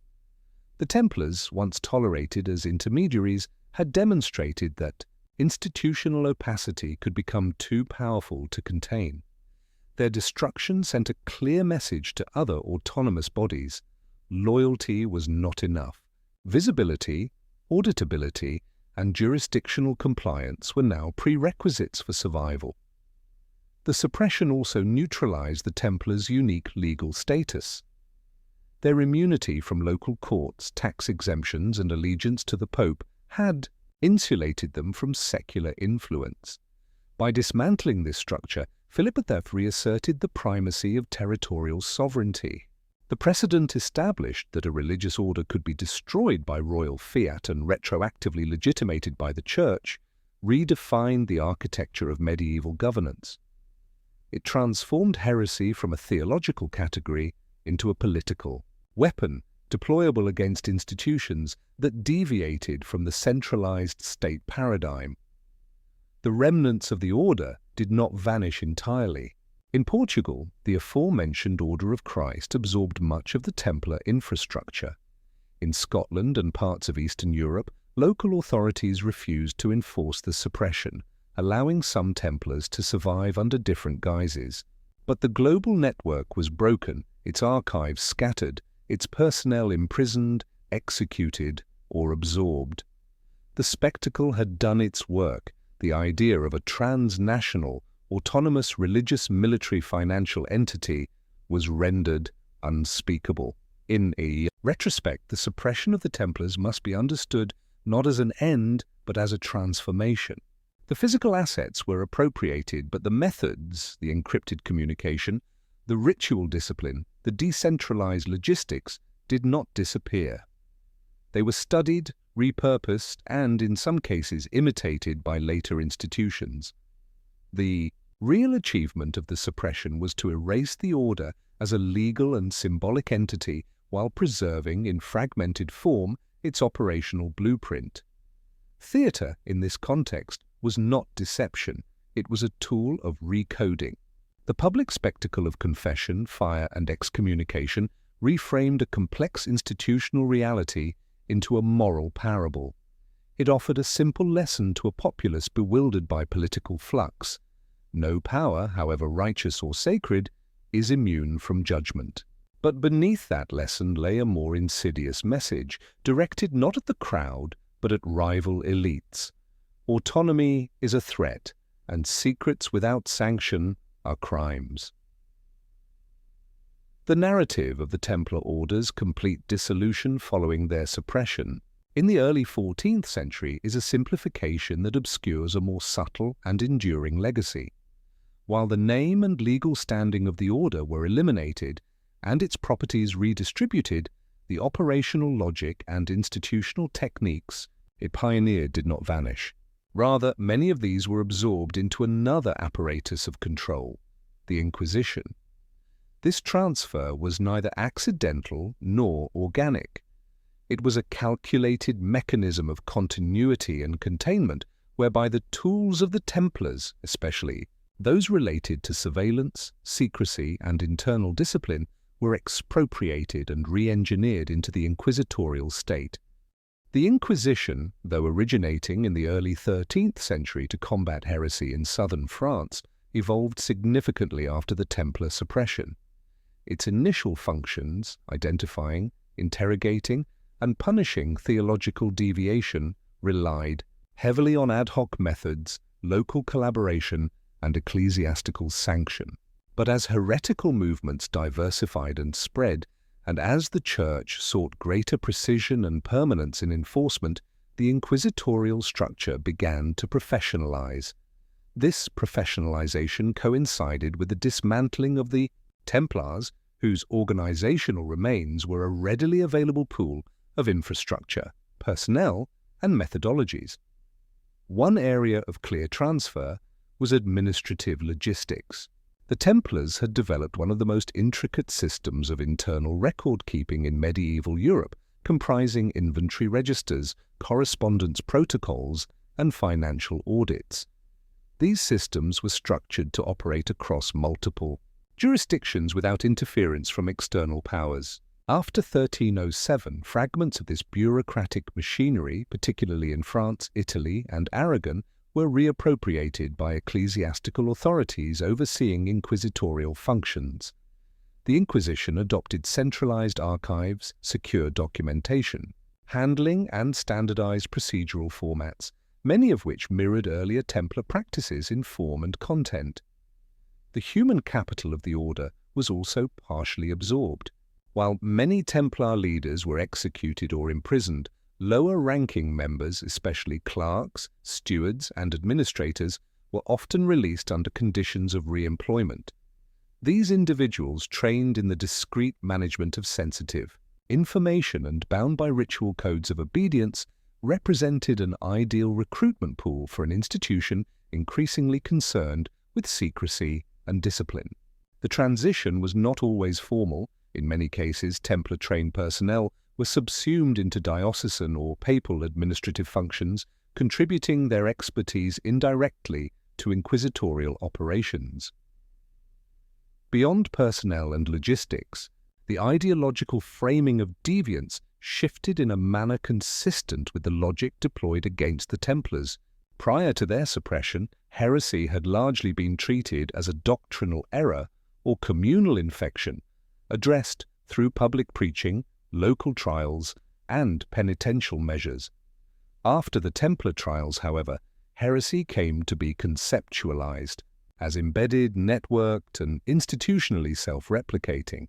The Templars were prosecuted not merely for individual acts, but as a systemic threat, an internal conspiracy masked by outward orthodoxy.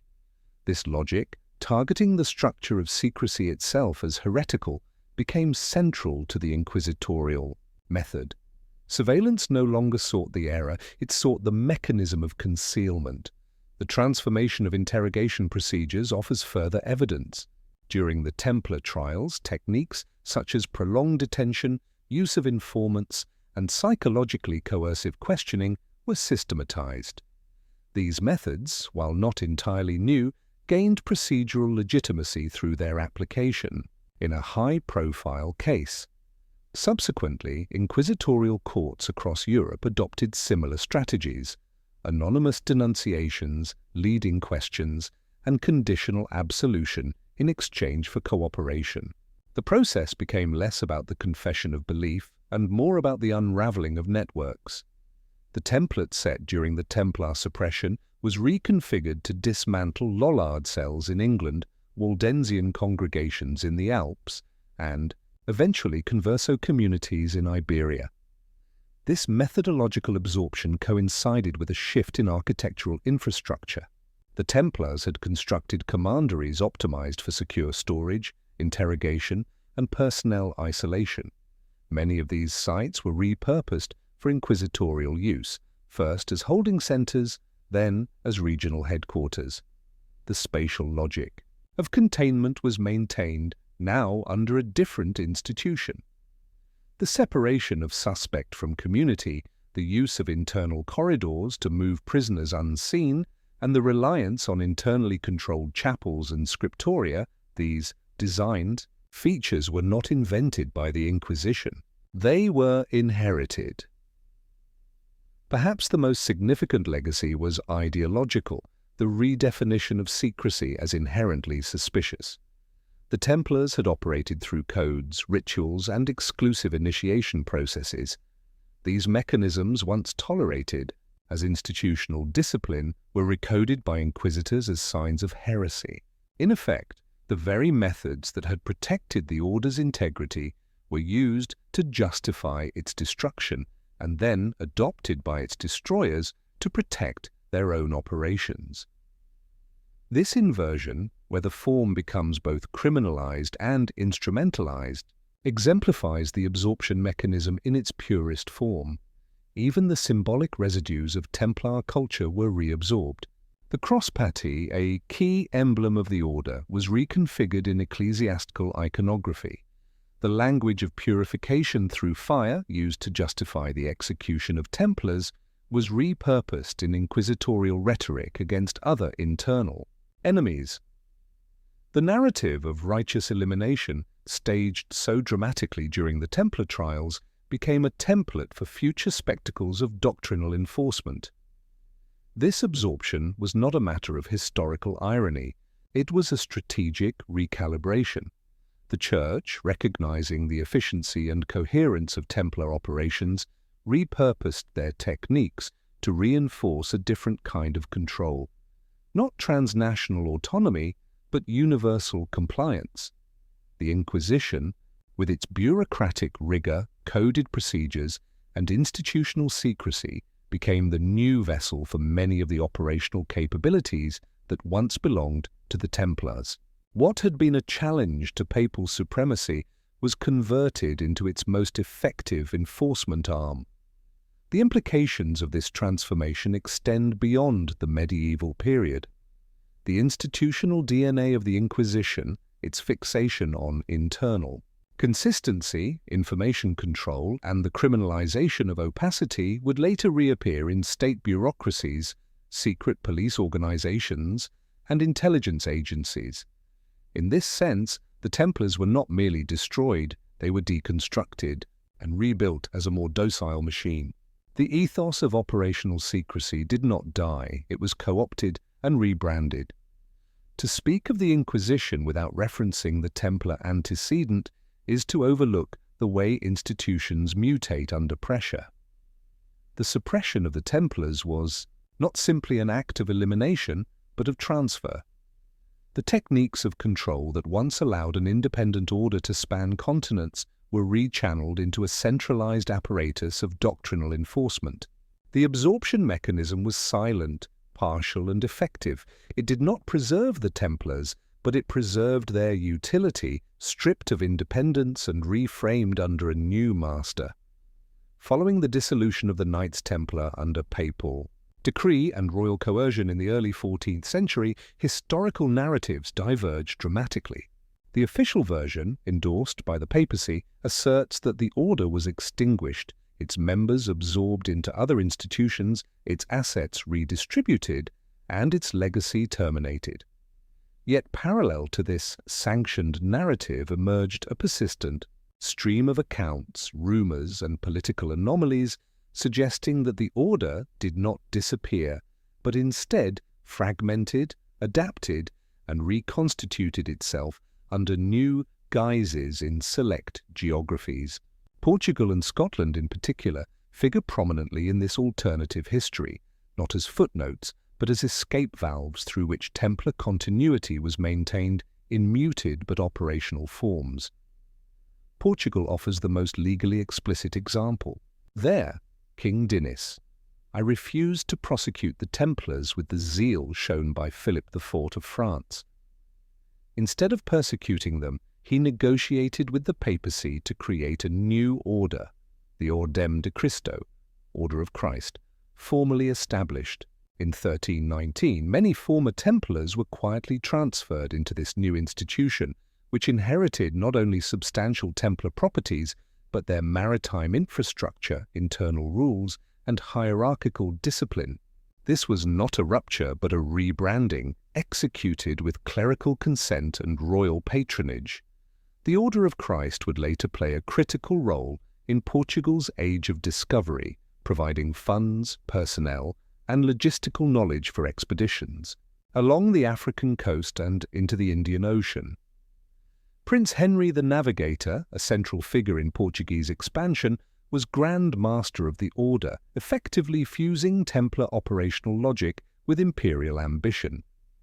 What took place in Portugal was not exceptional in its intent, but in its transparency.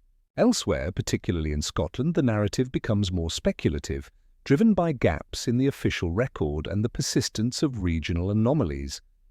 In 1314, the same year that Jacques de Molay was burned in Paris, the Battle of Bannockburn took place in Scotland, a pivotal moment in the Scottish Wars of Independence. Later accounts, including those not written until centuries afterward, claim that a contingent of exiled Templars arrived in Scotland and fought alongside Robert the Bruce, whose own excommunication had placed him outside papal favour. These accounts lack documentary confirmation, but they align with the geopolitical logic of the time. Scotland, under interdict, was one of the few places in Europe where papal edicts carried no practical force. If any Templar remnants survived, as an organised body, Scotland provided a jurisdictional vacuum where they could regroup. The existence of later Masonic lodges, particularly those in Edinburgh and Kilwinning, with rituals invoking Templar symbolism, has further fueled theories of underground continuity. While Freemasonry did not emerge in its modern form until centuries later, the symbolic migration of Templar imagery into early fraternal organizations suggests that some form of institutional memory was preserved and rearticulated in symbolic terms. Whether this constitutes organizational survival or cultural appropriation remains debated, but the symbolic residue is undeniable. Beyond Portugal and Scotland, other regions show traces of what may be described as strategic dispersal. In the Crown of Aragon, certain Templar fortresses were quietly handed over to the Order of Montesa, founded in 1317, specifically to inherit Templar property. In Germany, Austria, and Bohemia, the absence of coordinated suppression left room for local variations in the treatment of Templar personnel. Some commanderies were abandoned, others repurposed by Cistercian monks or local lords, but in several cases former Templars simply reintegrated into existing religious structures or lived under assumed identities. The sudden disappearance of thousands of trained, disciplined, and networked individuals from the historical record is statistically improbable without organized dispersion. Moreover, maritime movement complicates the question of continuity. The Templars maintained fleets in La Rochelle, Marseille, and on Cyprus. After the suppression began, these vessels, unlike castles or estates, could not be seized with immediate effect. Several contemporary observers note that ships laden with Templar cargo disappeared from port records shortly after the arrests. Theories abound as to where they went: the Iberian Peninsula, the North Sea, or even further afield. While evidence for transatlantic voyages remains in the realm of conjecture, the operational logic holds. Mobility provided an avenue for evasion, and evasion enabled continuity. The myth of dispersal has often been discredited by academic historians, on the grounds that it lacks centralized documentation. But this objection misunderstands the structure of the Templar network. Centralized documentation was precisely what made the Order vulnerable to coordinated suppression. Any faction that survived did so by eliminating visible archives, decentralizing its command structure, and embedding itself within other systems. The absence of a centralized post-suppression record does not negate survival. It may confirm that survival required erasure of traceable continuity. The mechanics of dispersal would have required more than geographic escape. They necessitated ideological flexibility. The Templars' religious identity, previously framed in militarized monastic terms, had to be softened or encrypted within new symbolic languages. This may explain the eventual appearance of hermetic, alchemical, and knightly motifs within early modern secret societies. These groups did not merely revive medieval aesthetics. They reconstituted an idea of internal hierarchy, ritual secrecy, and sacred duty that mirrors what is known of the Templars. Whether this was a conscious inheritance or a reconstruction based on fragments is less important than the structural resemblance it preserved. Dispersal also implies selection. Not all members of the Order would have possessed the skill, will, or means to escape. Those who did survive in active roles likely formed a cognitive elite, administrators, navigators, cryptographers, who understood the dangers of visibility and the value of strategic retreat. Their knowledge, though disembedded from its original institutional home, could be transferred across generations through oral transmission, symbolic initiation, or incorporation into emergent institutions. Thus, what appeared as extinction was, in fact, transmutation. Portugal institutionalized that transmutation. Scotland encrypted it. Other regions allowed it to fade into ambiguity, but collectively these trajectories refute the myth of total obliteration. What disappeared was the name, the legal charter, and the uniform. What remained, dispersed, recontextualized, and partially obscured was a functional memory of how to build, secure, and operate a distributed network of influence. This memory, encoded in stone, ritual, and lineage, outlived the flames of papal judgment. Dispersal, therefore, was not defeat, it was adaptation. It marked the shift from centralized institution to ghost protocol, from overt commandery to covert cell, from public order to hidden scaffold. The myth of disappearance persists because it was convenient to those who authored it. But the map of post-Templar Europe, its symbols, structures, and silences, reveals another story, not of extinction, but of exile and echo.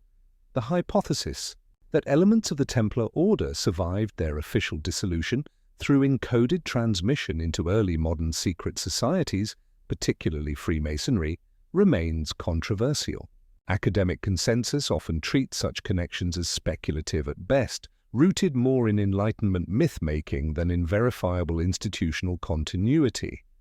Yet the symbolic, ritualistic, and structural overlaps between the Templars and early Masonic bodies are too extensive to dismiss as coincidence. When examined critically, not through the lens of Romanticism, but through forensic institutional analysis, these parallels suggest a transmutation rather than resurrection. What the Templars could no longer maintain as a sanctioned body, they may have encrypted within symbolic societies that arose under new social, political, and theological conditions. The earliest historical references to Freemasonry in a proto-organizational form appear in the late 14th and early 15th centuries. By the 18th century, it had coalesced into structured lodges with formal rituals, hierarchical degrees, and a transnational network of affiliates.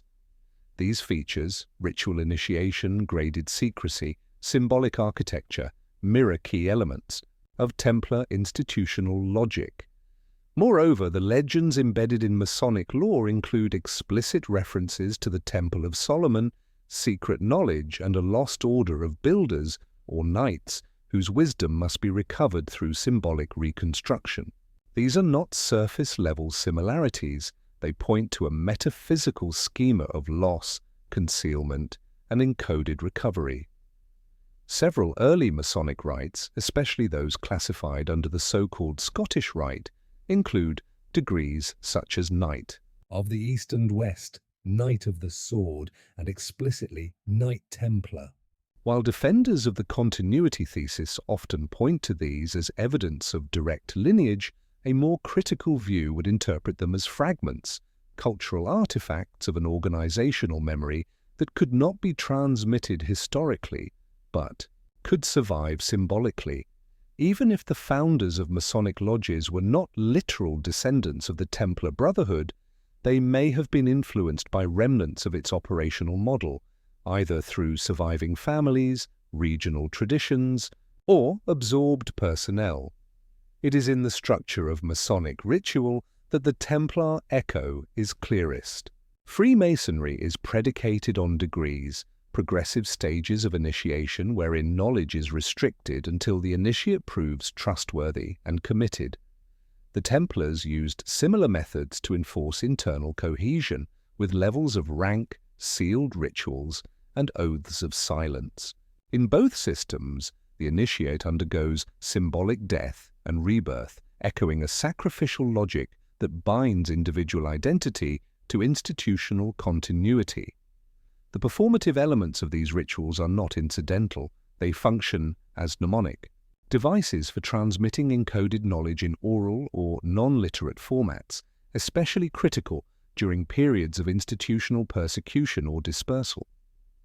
Furthermore, the emphasis on sacred geometry, architectural allegory, and numerological symbology within Masonic traditions aligns closely with the esoteric substratum of Templar architecture. The frequent use of the square and compass, the veneration of Solomon's temple, and the alignment of lodges with cardinal directions suggest more than metaphorical borrowing. They suggest a symbolic system inherited, adapted, and repurposed for a new political context.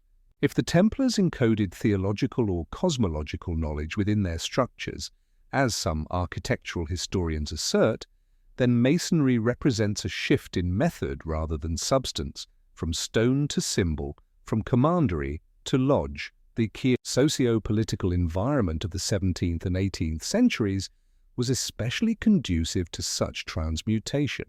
The decline of monarchical absolutism, the rise of republican and constitutional models, and the secularization of knowledge created space for new forms of association. Freemasonry, with its emphasis on individual conscience, mutual obligation, and symbolic enlightenment, provided an ideal vessel for institutional logic that could no longer operate openly under ecclesiastical or royal charters. The Masonic Lodge became what the Templar commandery could no longer be, a sovereign cell embedded within society, self-regulating, ideologically autonomous, and operationally discrete. This transformation did not occur in a vacuum. Enlightenment. Thinkers such as Voltaire, Lessing, and Goethe were either members of Masonic lodges or heavily influenced by Masonic thought. Their writings often contain veiled references to lost traditions, hidden hierarchies, and the necessity of concealment as a mode of survival. These intellectual currents created a fertile ground for the rearticulation of Templar themes in philosophical, political, and symbolic registers. In this context, Masonry was not merely a fraternity, it was a cognitive structure capable of housing suppressed institutional memory. Critics argue that the Masonic-Templar connection lacks documentary foundation, yet this expectation of continuous paperwork misunderstands the very nature of suppressed institutions.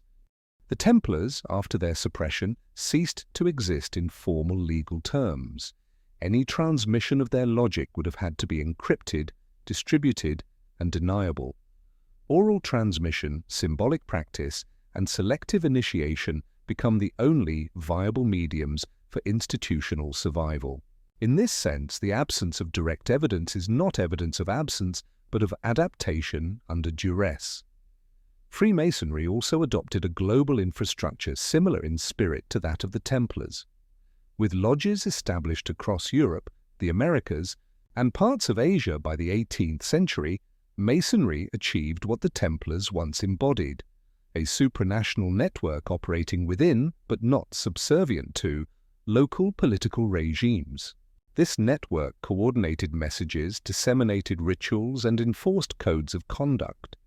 It was, like its speculative predecessor, a platform for trans-political dialogue disguised as spiritual or moral refinement. The Templar concept of dual obedience to temporal function and to higher order resonated in Masonic ideals of loyalty to both civic society and a symbolic temple not made with hands. Another key dimension is the role of secrecy. Both the Templars and the Masons constructed environments where selective visibility determined access to knowledge and power. In both, oaths served as mechanisms of social engineering, not simply declarations of faith. Violations were not only punished, they were constructed as existential breaches, endangering the continuity of the entire network. The operational culture of silence and symbolic literacy in Masonry functions as a direct mirror to the cloistered confidentiality of Templar practice. If the Templars were architects of sacred concealment, the Masons were its inheritors under new paradigms. In sum, the transmutation from Templar commandery to Masonic lodge should not be interpreted as a matter of linear succession or conspiratorial continuity. It is better understood as the translation of an institutional genome into a new semiotic environment. The forms changed, the symbols were reconfigured, the theological content was diluted, but the structural logic endured.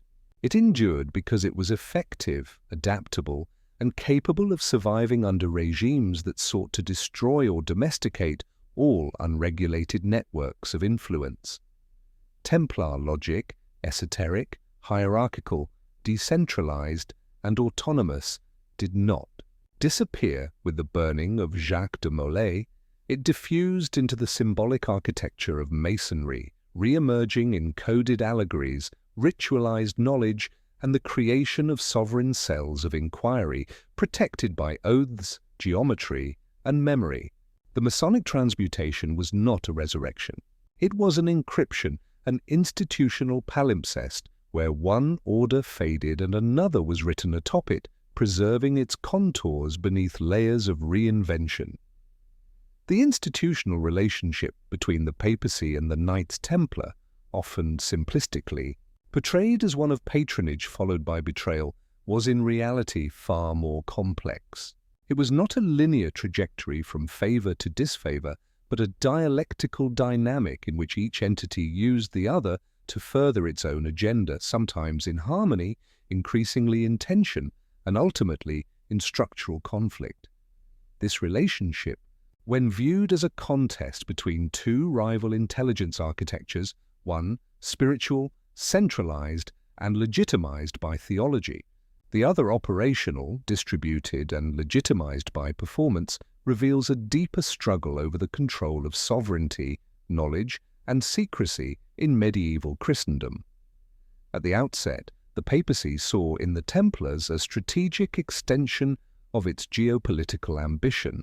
Following the First Crusade, the need for a permanent, reliable military presence in the Levant coincided with the ideological imperative to assert Roman supremacy over Eastern Christianity, local lords, and rival monastic orders. The Templars, with their fusion of martial function and monastic obedience, seemed to embody the perfect instrument, mobile, celibate, self-financing, and doctrinally submissive to the Pope alone. Through bulls such as Omni Datum Optimum, 1139, Militis Templi, 1144, and Militia Dei, 1145, successive popes granted the order unprecedented privileges, tax exemption, freedom from local ecclesiastical oversight, and direct accountability. To the Holy See, this legal insulation, however, came at a cost. The papacy created a monster it could not audit. By removing the Templars from diocesan control, Rome forfeited any practical mechanism to monitor their internal practices, financial movements, or doctrinal evolution. The Pope could theoretically summon the Grand Master or dispatch legates, but the operational reality was that the Templars existed in a self-referential sphere of immunity. The longer they functioned in this autonomous zone, the more their infrastructure resembled a parallel church, one with its own hierarchy, properties, legal codes, and rituals. The Vatican-Templar relationship thus evolved into a precarious balance of mutual utility and latent mistrust. The popes benefited from Templar resources, courier services, military assistance, intelligence gathering, and financial backing. In return, the order received institutional protection, ideological legitimation, and unimpeded growth. But as the Templars expanded geographically, economically, and ritually, they began to encroach upon spaces the Church considered its exclusive domain: confession, burial rites, theological instruction, and most importantly, the administration of spiritual authority across borders. Evidence of this tension emerges in papal correspondence from the late 13th century, where language begins to shift from celebration to subtle correction. Concerns were raised about the order's secrecy, its refusal to share financial records, and its ambiguous stance during intra-Christian conflicts. The Templars' non-intervention in certain regional disputes and their pragmatic alliances with Muslim factions in the Levant were increasingly viewed as signs of institutional divergence from papal doctrine. Yet these suspicions could not be acted upon openly without undermining Rome's earlier endorsements. Hence, the dialectic deepened rather than resolved. This dialectic was also epistemological. The papacy functioned as the central node of spiritual knowledge, dictating orthodoxy, issuing canon law, and overseeing the production and distribution of texts. The Templars, by contrast, developed an internal knowledge system based on operational secrecy, symbolic literacy, and encoded ritual. Their archives, limited access to which even popes rarely had, were repositories not only of financial data, but likely of strategic intelligence on nobles, trade flows, and possibly theological deviations. This closed circuit of knowledge production and retention constituted a rival epistemic infrastructure, one that did not compete in theology but in information. The dialectic became unsustainable when the Templars' autonomy began to intersect with papal vulnerability. By the turn of the 14th century, the papacy had moved to Avignon under increasing French influence. Pope Clement V, installed under the watchful eye of King Philip IV, found himself at the intersection of two forces, a politically coercive monarchy and a functionally independent religious military order. When Philip initiated the campaign to destroy the Templars, Clement attempted to stall, mediate, and redirect the process, but the momentum of the suppression was already calibrated to spectacle, Clement's eventual acquiescence publicly denouncing. The order, while privately expressing doubts, exemplified the collapse of the dialectic into pure instrumentalism. It is important to recognize that the suppression of the Templars was not merely a concession to royal pressure. It was also an opportunity for the Church to reclaim the regulatory monopoly it had ceded. By allowing Philip to act as the executor, the papacy avoided direct responsibility while reabsorbing Templar domains into ecclesiastical control. The transfer of properties to the Hospitallers, though ostensibly a gesture of continuity, was in fact a redistribution of influence back into Rome's jurisdictional web. The Grand Master was sacrificed, the name was expunged, but the vacuum was carefully managed. The dialectic did not disappear, it mutated. The tools once used by the Templars, autonomy, secrecy, and logistical sophistication, were selectively adopted by the Church itself. The emerging Inquisition, the bureaucratization of canon law, and the expansion of papal fiscal mechanisms all mirrored aspects of Templar practice. The Vatican learned from its adversary, absorbing not just territory, but techniques. In this way, the dialectic became dialectical not merely in opposition, but in synthesis. What remains of the Vatican Templar dialectic today is less about doctrinal legacy and more about institutional memory. The Church, having once created a sovereign order immune to its own oversight, restructured its internal machinery to ensure such a rupture could not recur. The very logic of centralized control that defines modern ecclesiastical authority, tight regulation of religious orders, financial transparency mandates, and strict ritual standardization originated in part as a reaction to the Templar anomaly. The dialectic, once externalized, was internalized. To interpret the Vatican-Templar relationship as a simple betrayal is to misunderstand the nature of institutional dialectics. The two systems needed each other, used each other, and ultimately feared each other. One operated through theological sovereignty, the other through infrastructural autonomy. Their alignment was temporary, their divergence inevitable. Their final confrontation was not the resolution of a narrative arc, but the liquidation of an irreconcilable contradiction. What was at stake was not property or doctrine, but the architecture of power. Who controlled movement, finance, secrecy, and obedience across borders? The Templars answered to no bishop, no king, and eventually no pope. That fact, more than any accusation of heresy or blasphemy, sealed their fate. The Vatican Templar dialectic was not merely a historical episode, it was a structural impossibility, played out in real time and extinguished through ceremonial annihilation. And from its ashes, new forms of control, more centralized, more cautious, more opaque, would quietly take root. The inner world of the Knights Templar, shielded from ecclesiastical and royal scrutiny by legal immunities and structural opacity, was sustained by a tightly controlled ritual system. These rituals were not decorative, symbolic accessories to institutional life. They were instruments of social engineering, internal discipline, and sovereignty. Through layered initiations, performative oaths, and hierarchical rites, the order constructed a distinct psychological and ontological framework, one that not only bound its members but transformed them into participants of a parallel system of belief and governance.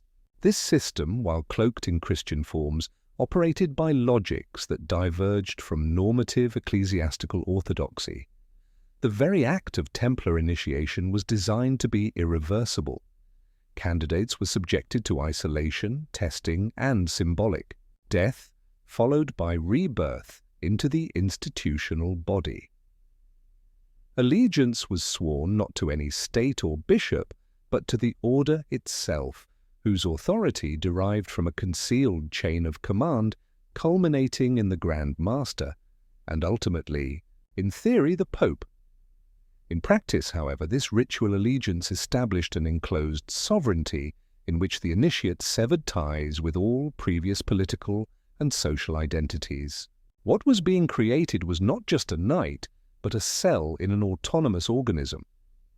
Contemporary reports, especially those extracted during inquisitorial interrogations, speak of rituals involving secrecy oaths, physical gestures, whispered phrases, and concealed symbols. These elements, while often sensationalized, point to a codified structure of behavior and cognition. The goal was not merely obedience, but internalization of a new epistemic order. Templars were expected to master a grammar of loyalty that excluded any external adjudication. Once inside the ritual framework, one no longer appealed to kings or bishops for truth. One submitted to the internal court of the order, whose judgment superseded external law. The ritual life of the Templars also served to encode and distribute knowledge hierarchically. Access to liturgical variations, operational codes, or symbolic teachings was stratified by rank and tenure. This graded system allowed the order to maintain cohesion while safeguarding against infiltration. Initiates were not overwhelmed with information, but were drawn into increasing levels of insight as they demonstrated reliability. This created not only loyalty but mystique, as lower-ranking members remained in partial ignorance of the order's full structure and metaphysics. The promise of deeper revelation incentivized continued submission and filtered out dissent through structural ambiguity. The use of symbolic elements, particularly the cross, the sword, the chalice, and the sealed scroll, served multiple functions. They were not only references to Christian iconography, but multi-layered signifiers embedded with operational instructions, behavioral cues, and cosmological associations. In many cases, these symbols mirrored elements found in Eastern mystery, religions, Islamic esoterica, and Jewish Kabbalistic traditions. Whether this convergence was intentional or emergent, the result was a ritual language that allowed the Templars to operate across cultural and theological boundaries without losing internal coherence. Templar chapels and commanderies were physical containers of this ritual logic. Spatial design reinforced initiatory experience. The inner sanctum, often accessed through a narrow corridor or via multiple doors, was set apart not only physically but symbolically. Frescoes, architectural alignments, and coded inscriptions shaped the mental state of the initiate. Certain rituals, according to suppressed documents and posthumous testimonies, were performed at night under controlled lighting conditions, in silence or with minimal chant. These controlled environments maximized psychological imprinting and prevented casual observation. The space was not merely functional, it was a ritual technology. Within this framework, Templar rituals operated as technologies of sovereignty. They produced a self-legitimating elite capable of operating independently of external validation. Unlike monastic orders that grounded their identity in visible service and theological scholarship, the Templars relied on secrecy, exclusivity, and ritual insulation. Their rites were performative assertions of autonomy. Each initiation was not only a personal transformation, but a replication of the order's inner logic. Through these replications, the order maintained coherence across vast distances and generations. Furthermore, the ritual structure created a selective filter. Only those willing to endure symbolic death, sever existing allegiances, and submit to an opaque hierarchy could access the order's core. This selectivity produced not only loyalty but operational security. Apostasy or defection was rare, not because of surveillance, but because the rituals created a psychological architecture of irreversible belonging. The initiate was no longer a knight serving a king or a monk serving God. He was a Templar serving the temple, a metaphysical construct rendered real through repetition, discipline, and secrecy. What little is known about upper echelon rituals suggests an even more radical departure from standard Christian liturgy. Reports of liturgies involving silence instead of chant, aniconic symbols, and abstract geometric patterns point toward a metaphysical framework oriented less toward salvation and more toward transformation. The goal was not to be saved by Christ, but to become something else, an instrument of a hidden order, bound not by grace but by code. In this sense, the Templars were not merely warriors or monks, but initiates of a sovereign ritual complex whose cosmology was only partially visible to outsiders. These rituals also functioned as mechanisms of institutional memory. In the absence of centralized archives or permanent texts, ritual repetition encoded operational procedures, ethical norms, and historical narratives. The initiate became a living archive, his body and behavior a vessel of transmission. This mode of memory, while resilient to external seizure, was fragile in the face of suppression. Once the initiation chain was broken, the ritual complex lost coherence. But while intact, it enabled the Templars to function without written manuals, external adjudication, or continual oversight. In modern organizational terms, the Templar ritual system resembles a form of encrypted governance. Behavioral algorithms were encoded in symbolic acts. Compliance was ensured not through surveillance but through internalized ritual compulsion. Authority was justified not through transparency but through initiation. These characteristics, though alien to modern liberal sensibilities, were highly adaptive in a fragmented, multipolar, and theologically volatile medieval landscape. By the time of their suppression, the Templars had developed a self-contained ritual ecology capable of producing, reproducing, and protecting its sovereign logic across diverse terrains. That this ecology was misunderstood or deliberately misrepresented by inquisitors is unsurprising. Ritual opacity makes interpretation unstable and politically malleable. What to the initiate was sacred discipline appeared to the outsider as secrecy, subversion, or heresy. But these appearances reveal more about the fears of centralized authority than about the actual content of the rites. Templar rituals were not ancillary, they were constitutive. They created a world in which the order did not need papal approval or royal permission. They produced bodies that obeyed without question, traveled without explanation, and remembered without documents. In doing so, they built a sovereign order, embedded within but structurally immune from the medieval ecclesiastical political system. It was this sovereignty, ritualized and hidden, that ultimately provoked its destruction. And it was this sovereignty, encrypted through initiation, that perhaps allowed fragments to survive in altered form, long after the temple was closed. These Templars' operational reach, ritual sophistication, and financial complexity presuppose a vast and structured system of documentation. Yet following their suppression in 1307, the archival trace of the order vanishes with suspicious efficiency. Despite the scale of their holdings and the bureaucratic rigor necessary to manage them, only fragments of administrative records survive: isolated inventories, scattered correspondence, incomplete trial transcripts. This absence invites critical investigation. Was the Templar archive destroyed? Was it seized and suppressed? Or was it deliberately hidden in anticipation of political erasure? To understand the gravity of this archival disappearance, one must first recognize the scope of what should have existed. The Templar network spanned thousands of properties, engaged in transcontinental financial transactions, maintained military assets, negotiated truces, administered estates, and conducted internal governance across linguistic and political boundaries. Such a system demands paperwork, ledgers, property titles, codified statutes, encrypted communications. The absence of a centralized, preserved corpus of these materials is not the product of time alone. Compared to other religious orders or royal bureaucracies, whose documents survive in significant quantity, the Templar void is systemic. One plausible hypothesis is selective confiscation. During the coordinated arrests, Philip IV of France issued detailed orders to seize not only Templar personnel and properties, but also documentation.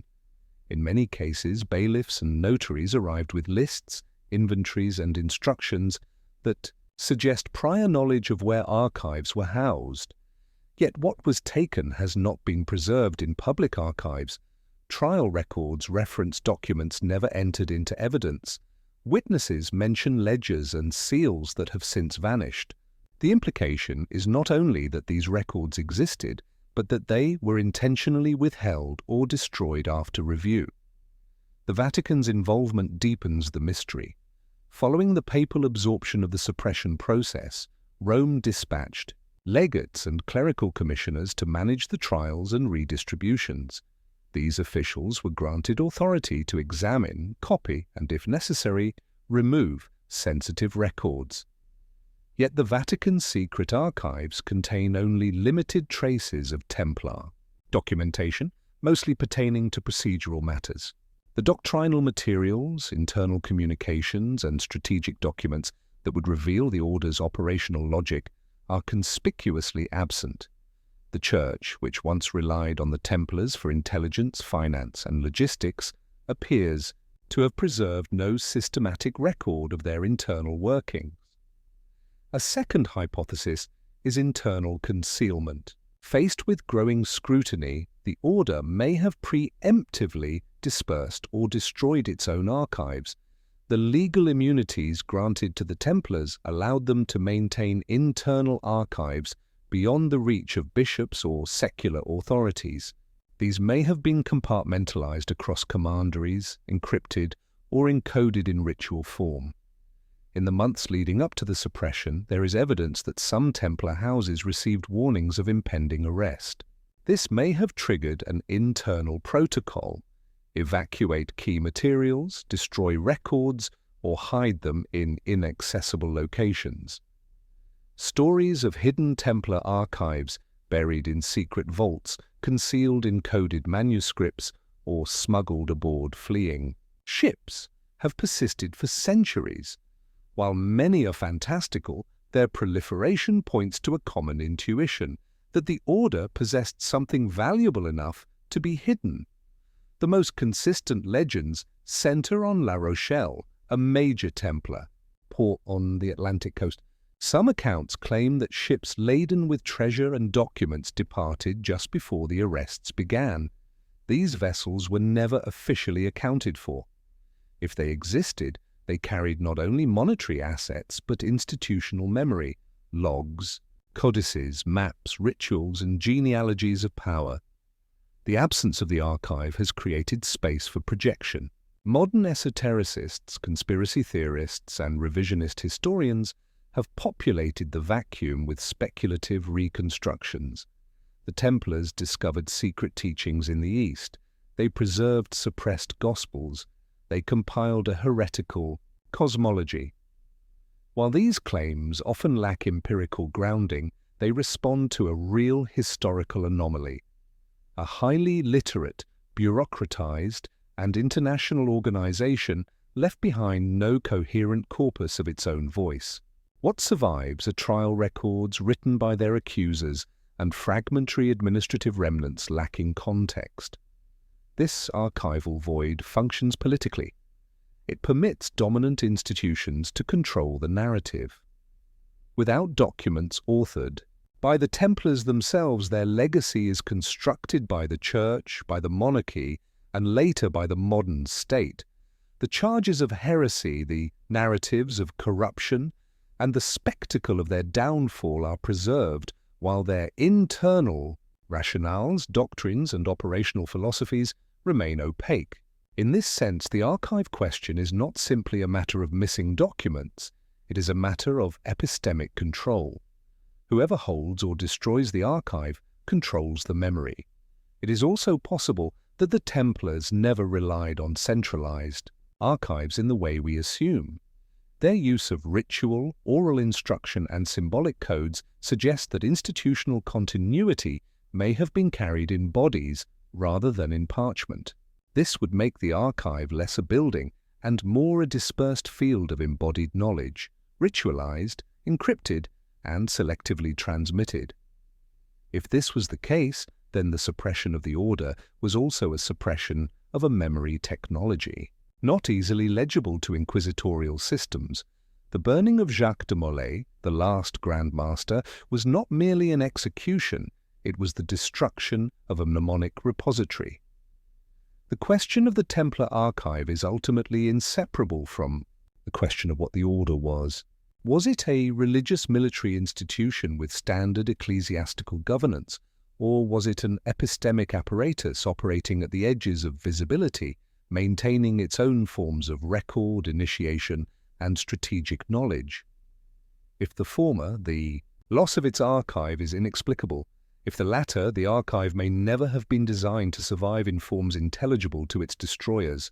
It may have been hidden in code, dispersed in cells, or passed into successor structures under altered signs. Even today, occasional references to possible surviving Templar documents surface in restricted collections, private libraries, or archaeological discoveries. Most are quickly dismissed or suppressed. The official narrative requires the archive to remain missing so that the suppression can remain definitive. But the traces persist: cryptic symbols in medieval manuscripts, unexplained records in royal treasuries, anomalous inventories in monastic libraries. These fragments, though isolated, suggest a continuity not acknowledged by institutional historiography. The Templar archive, then, is not merely a missing collection of documents. It is a philosophical wound, a reminder that institutional power can be severed from its memory, that an entire order can be silenced not by argument but by erasure. Whether hidden, destroyed, or encrypted beyond retrieval, the archive represents the ultimate threat to regimes of control, a sovereign memory that resists containment.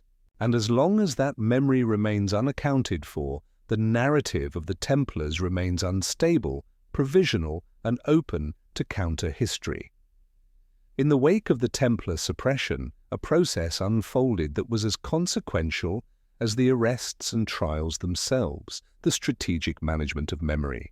While the legal machinery dissolved the order's official existence, a more subtle operation commenced, one aimed not at punishment, but at the long-term shaping of historical perception.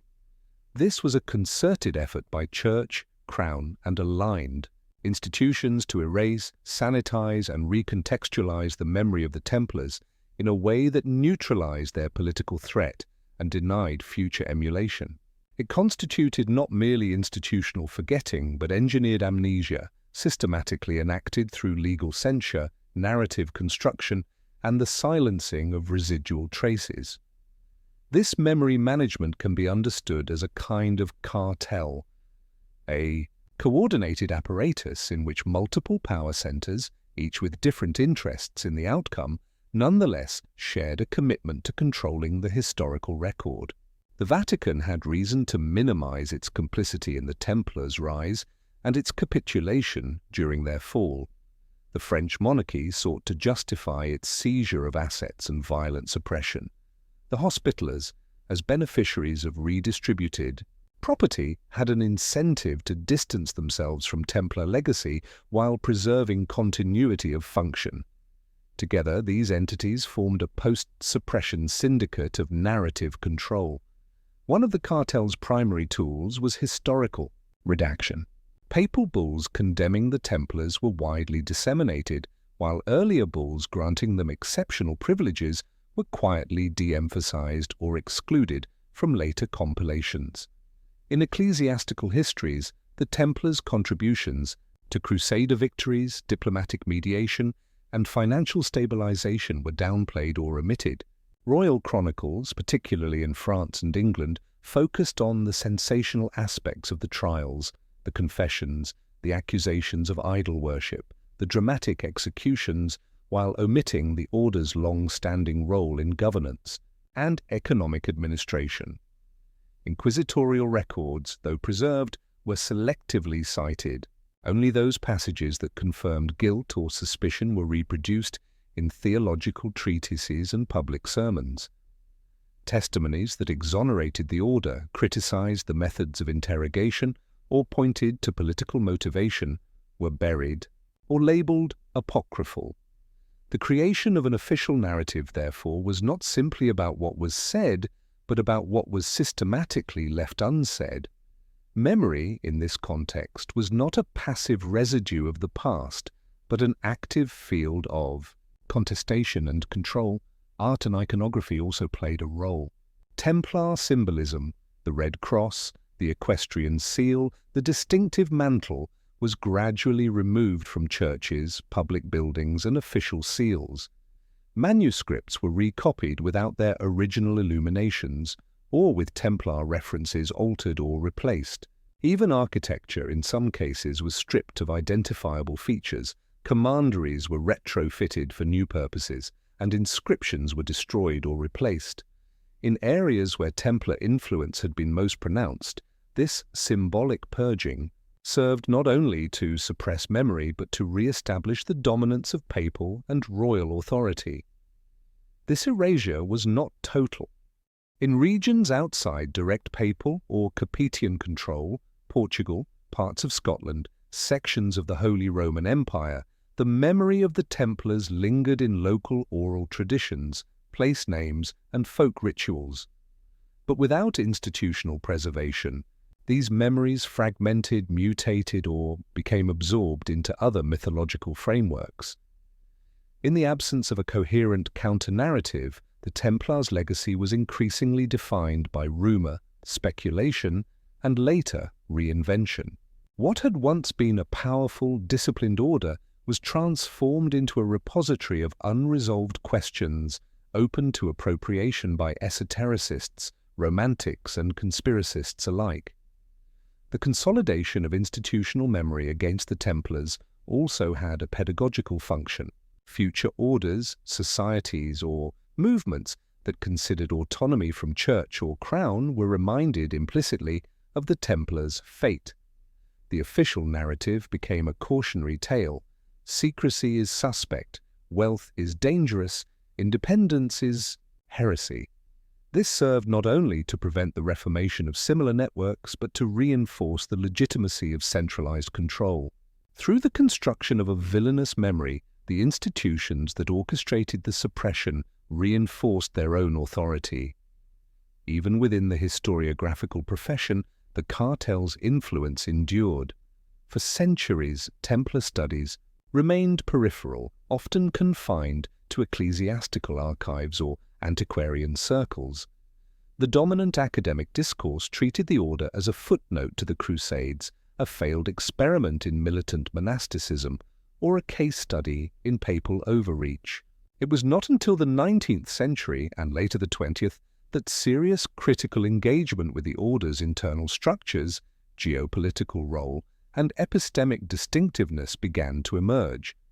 By then, however, the memory field had been so overcoded by polemic, fantasy, and institutional omission that any reconstruction was inherently speculative. This condition persists. Today, Templar historiography is bifurcated between academic minimalism and speculative maximalism. The former, wary of association with pseudo-historical narratives, confines itself to administrative records and refuses broader synthesis. The latter, unconstrained by evidence, fabricates elaborate theories about hidden knowledge, global conspiracies, and secret bloodlines. Between these poles lies a zone of legitimate inquiry that remains underdeveloped: the study of the Templars. As a system of institutional logic, sovereign practice, and ritual governance, whose erasure was deliberate, coordinated, and ideologically motivated.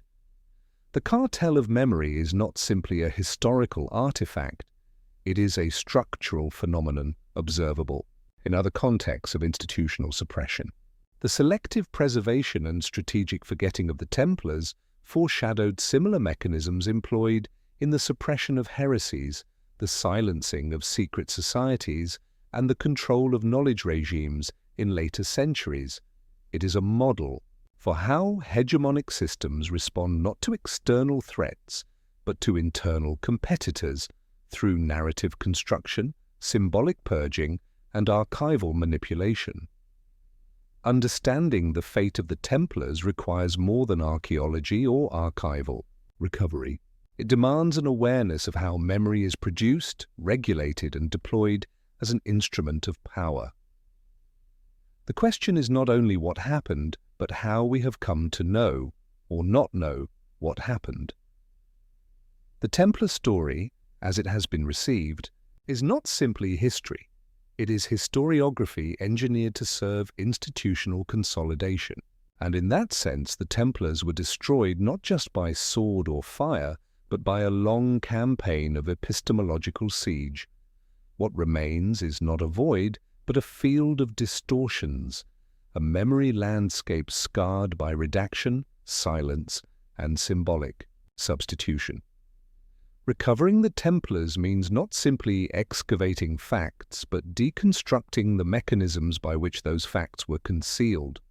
The cartel of memory did not merely obscure the past, it reshaped the very conditions under which the past could be imagined. And it is this reshaping, more than the suppression itself, that defines the true legacy of the Templar erasure. The preceding investigation has dismantled the dominant narrative of the Knights Templar as a monastic military order that rose, fell, and vanished in accordance with the clean trajectories of institutional life and religious reform. What emerges in its place is a counter-history, a reconstruction not of what was said, but of what was structurally suppressed. The Templars were not a footnote to the Crusades, nor a cautionary tale of heretical excess. They were the visible edge of an invisible architecture, a networked system of power that operated through secrecy, ritual, mobility, and embedded sovereignty, challenging the centralizing trajectories of both church and crown. This counter-history does not rest on speculative myths, fictional relics, or romantic revisionism. It rests on forensic patterns, the anomalous privileges, the absence of audit, the encrypted rituals, the architectural redundancies, the encoded communications, the financial autonomy, the ritual technologies of obedience, the disappearance of archives, the rapid and total narrative inversion. Each element, viewed in isolation, may be dismissed or minimized. Viewed together, they form a system, a structural logic that transcended its religious justification and presented a rival model of institutional configuration. That model can be defined by several key features. First, decentralized command structures with distributed redundancy. Unlike feudal lords or papal legates who relied on direct chains of authority, the Templars created autonomous nodes, commanderies, capable of acting independently yet coherently. Second, the fusion of logistical infrastructure with metaphysical discipline. Their use of ritual to generate obedience and silence was not a spiritual affectation, but an operational necessity. Third, their sovereign financial system, the ability to move money, store wealth, and underwrite royal policies while remaining unaccountable to external taxation, created a power that could rival monarchies. And finally, their control of memory through internal records, symbolic codes, and ritual knowledge enabled them to sustain continuity without public transparency. Such a system was inherently incompatible with the trajectory of medieval centralization. As the Church evolved from spiritual primacy to bureaucratic control, and monarchies from feudal dispersion to absolute claims of sovereignty, the Templars stood as an institutional anomaly. They operated not outside the system but in its interstices, where jurisdiction was blurred, where borders were negotiable, where authority was performative. This positionality made them both indispensable and intolerable. Indispensable as couriers, bankers, warriors, and brokers. Intolerable because they refused to dissolve into the systems they served. The suppression of the order was not merely punitive, it was surgical. It was the neutralization of an internal contradiction, a rival logic that had outgrown its protective myths. But what suppression could not entirely erase was the structural template. That template was absorbed, recoded, and re-emerged in modified forms, in the Inquisition's control mechanisms, in Masonic symbolism, in the bureaucratic habits of early modern empires, in the ritual forms of secret societies, in the logistics of modern intelligence networks. The Templars, as an institution, were terminated, but the Templar system, in its logics and techniques, did not die. It metastasized. This counter-history, then, does not end in 1314. It extends beyond the bonfire that consumed Jacques de Molay. It persists in the memory void engineered by the Vatican and monarchy, in the partial survivals in Portugal, Scotland, and elsewhere, in the reappearance of key motifs and operational forms across time. What we call the Templar legacy is not a continuity of name, but a persistence of structure, encrypted in symbols, embedded in rituals, fragmented across domains of power that do not bear their insignia but continue their logic. A truly historical reckoning with the Templars requires us to reverse the epistemic damage done by the suppression and its aftermath. That means not simply recovering lost facts, but interrogating the conditions that made those facts disappear. It requires treating silence, ambiguity, and erasure not as gaps in evidence, but as positive traces of an active campaign to reshape institutional memory. The absence of the archive is not a nullity, it is a monument to control. This counter-history also demands vigilance, for if such a structure could exist once, autonomous, ritually cohesive, epistemically sovereign, then similar structures may still exist under different names in different configurations. Institutions that present one face to the public and another to their initiates. Systems that distribute loyalty not through transparency but through silence, not through force, but through encoded discipline. The Templars may have been the most visible manifestation of such a logic, but they were not its only possibility. In this sense, the Templar network beneath medieval Christendom's facade is not only a historical phenomenon, it is a model of how alternative sovereignties can be constructed, maintained, and ultimately suppressed. A model of how rituals generate loyalty, how secrecy produces power, and how distributed systems challenge central command. A model that, while shattered in one form, survives in others, sometimes as ghost, sometimes as blueprint. The failure of the official narrative to account for these dynamics is not accidental. It is an artifact of the very systems that triumphed over the Templars. Church and crown, papal and monarchical historiographies needed the Templars to be reduced, from strategic actors to theological deviants, from networked logisticians to corrupt monks. This reduction was the final act of the suppression, not in fire or decree, but in memory. The task of the counter-historian is not to reverse the narrative, but to hold it in suspension, to see in the Templars not just victims or villains, but operators of a now inaccessible machinery, to ask not only what they were, but what they were becoming, and what that becoming threatened. To consider that beneath the sacrificial rites, the sealed letters, the interregional vaults, and the vanished ships lay not hidden treasure or forbidden gospels, but something more disruptive, a functional model of autonomous order. If that is true, then the suppression of the Templars was not a moral reckoning. It was a strategic preemption. And the memory of the order, entombed in silence and distortion, remains less a record of what was than a warning of what must not be again. Yet, as long as traces remain in symbols, structures, and questions unanswered, the counter-history continues to assert itself not as alternative truth, but as forensic challenge. What, after all, lies beneath the facade?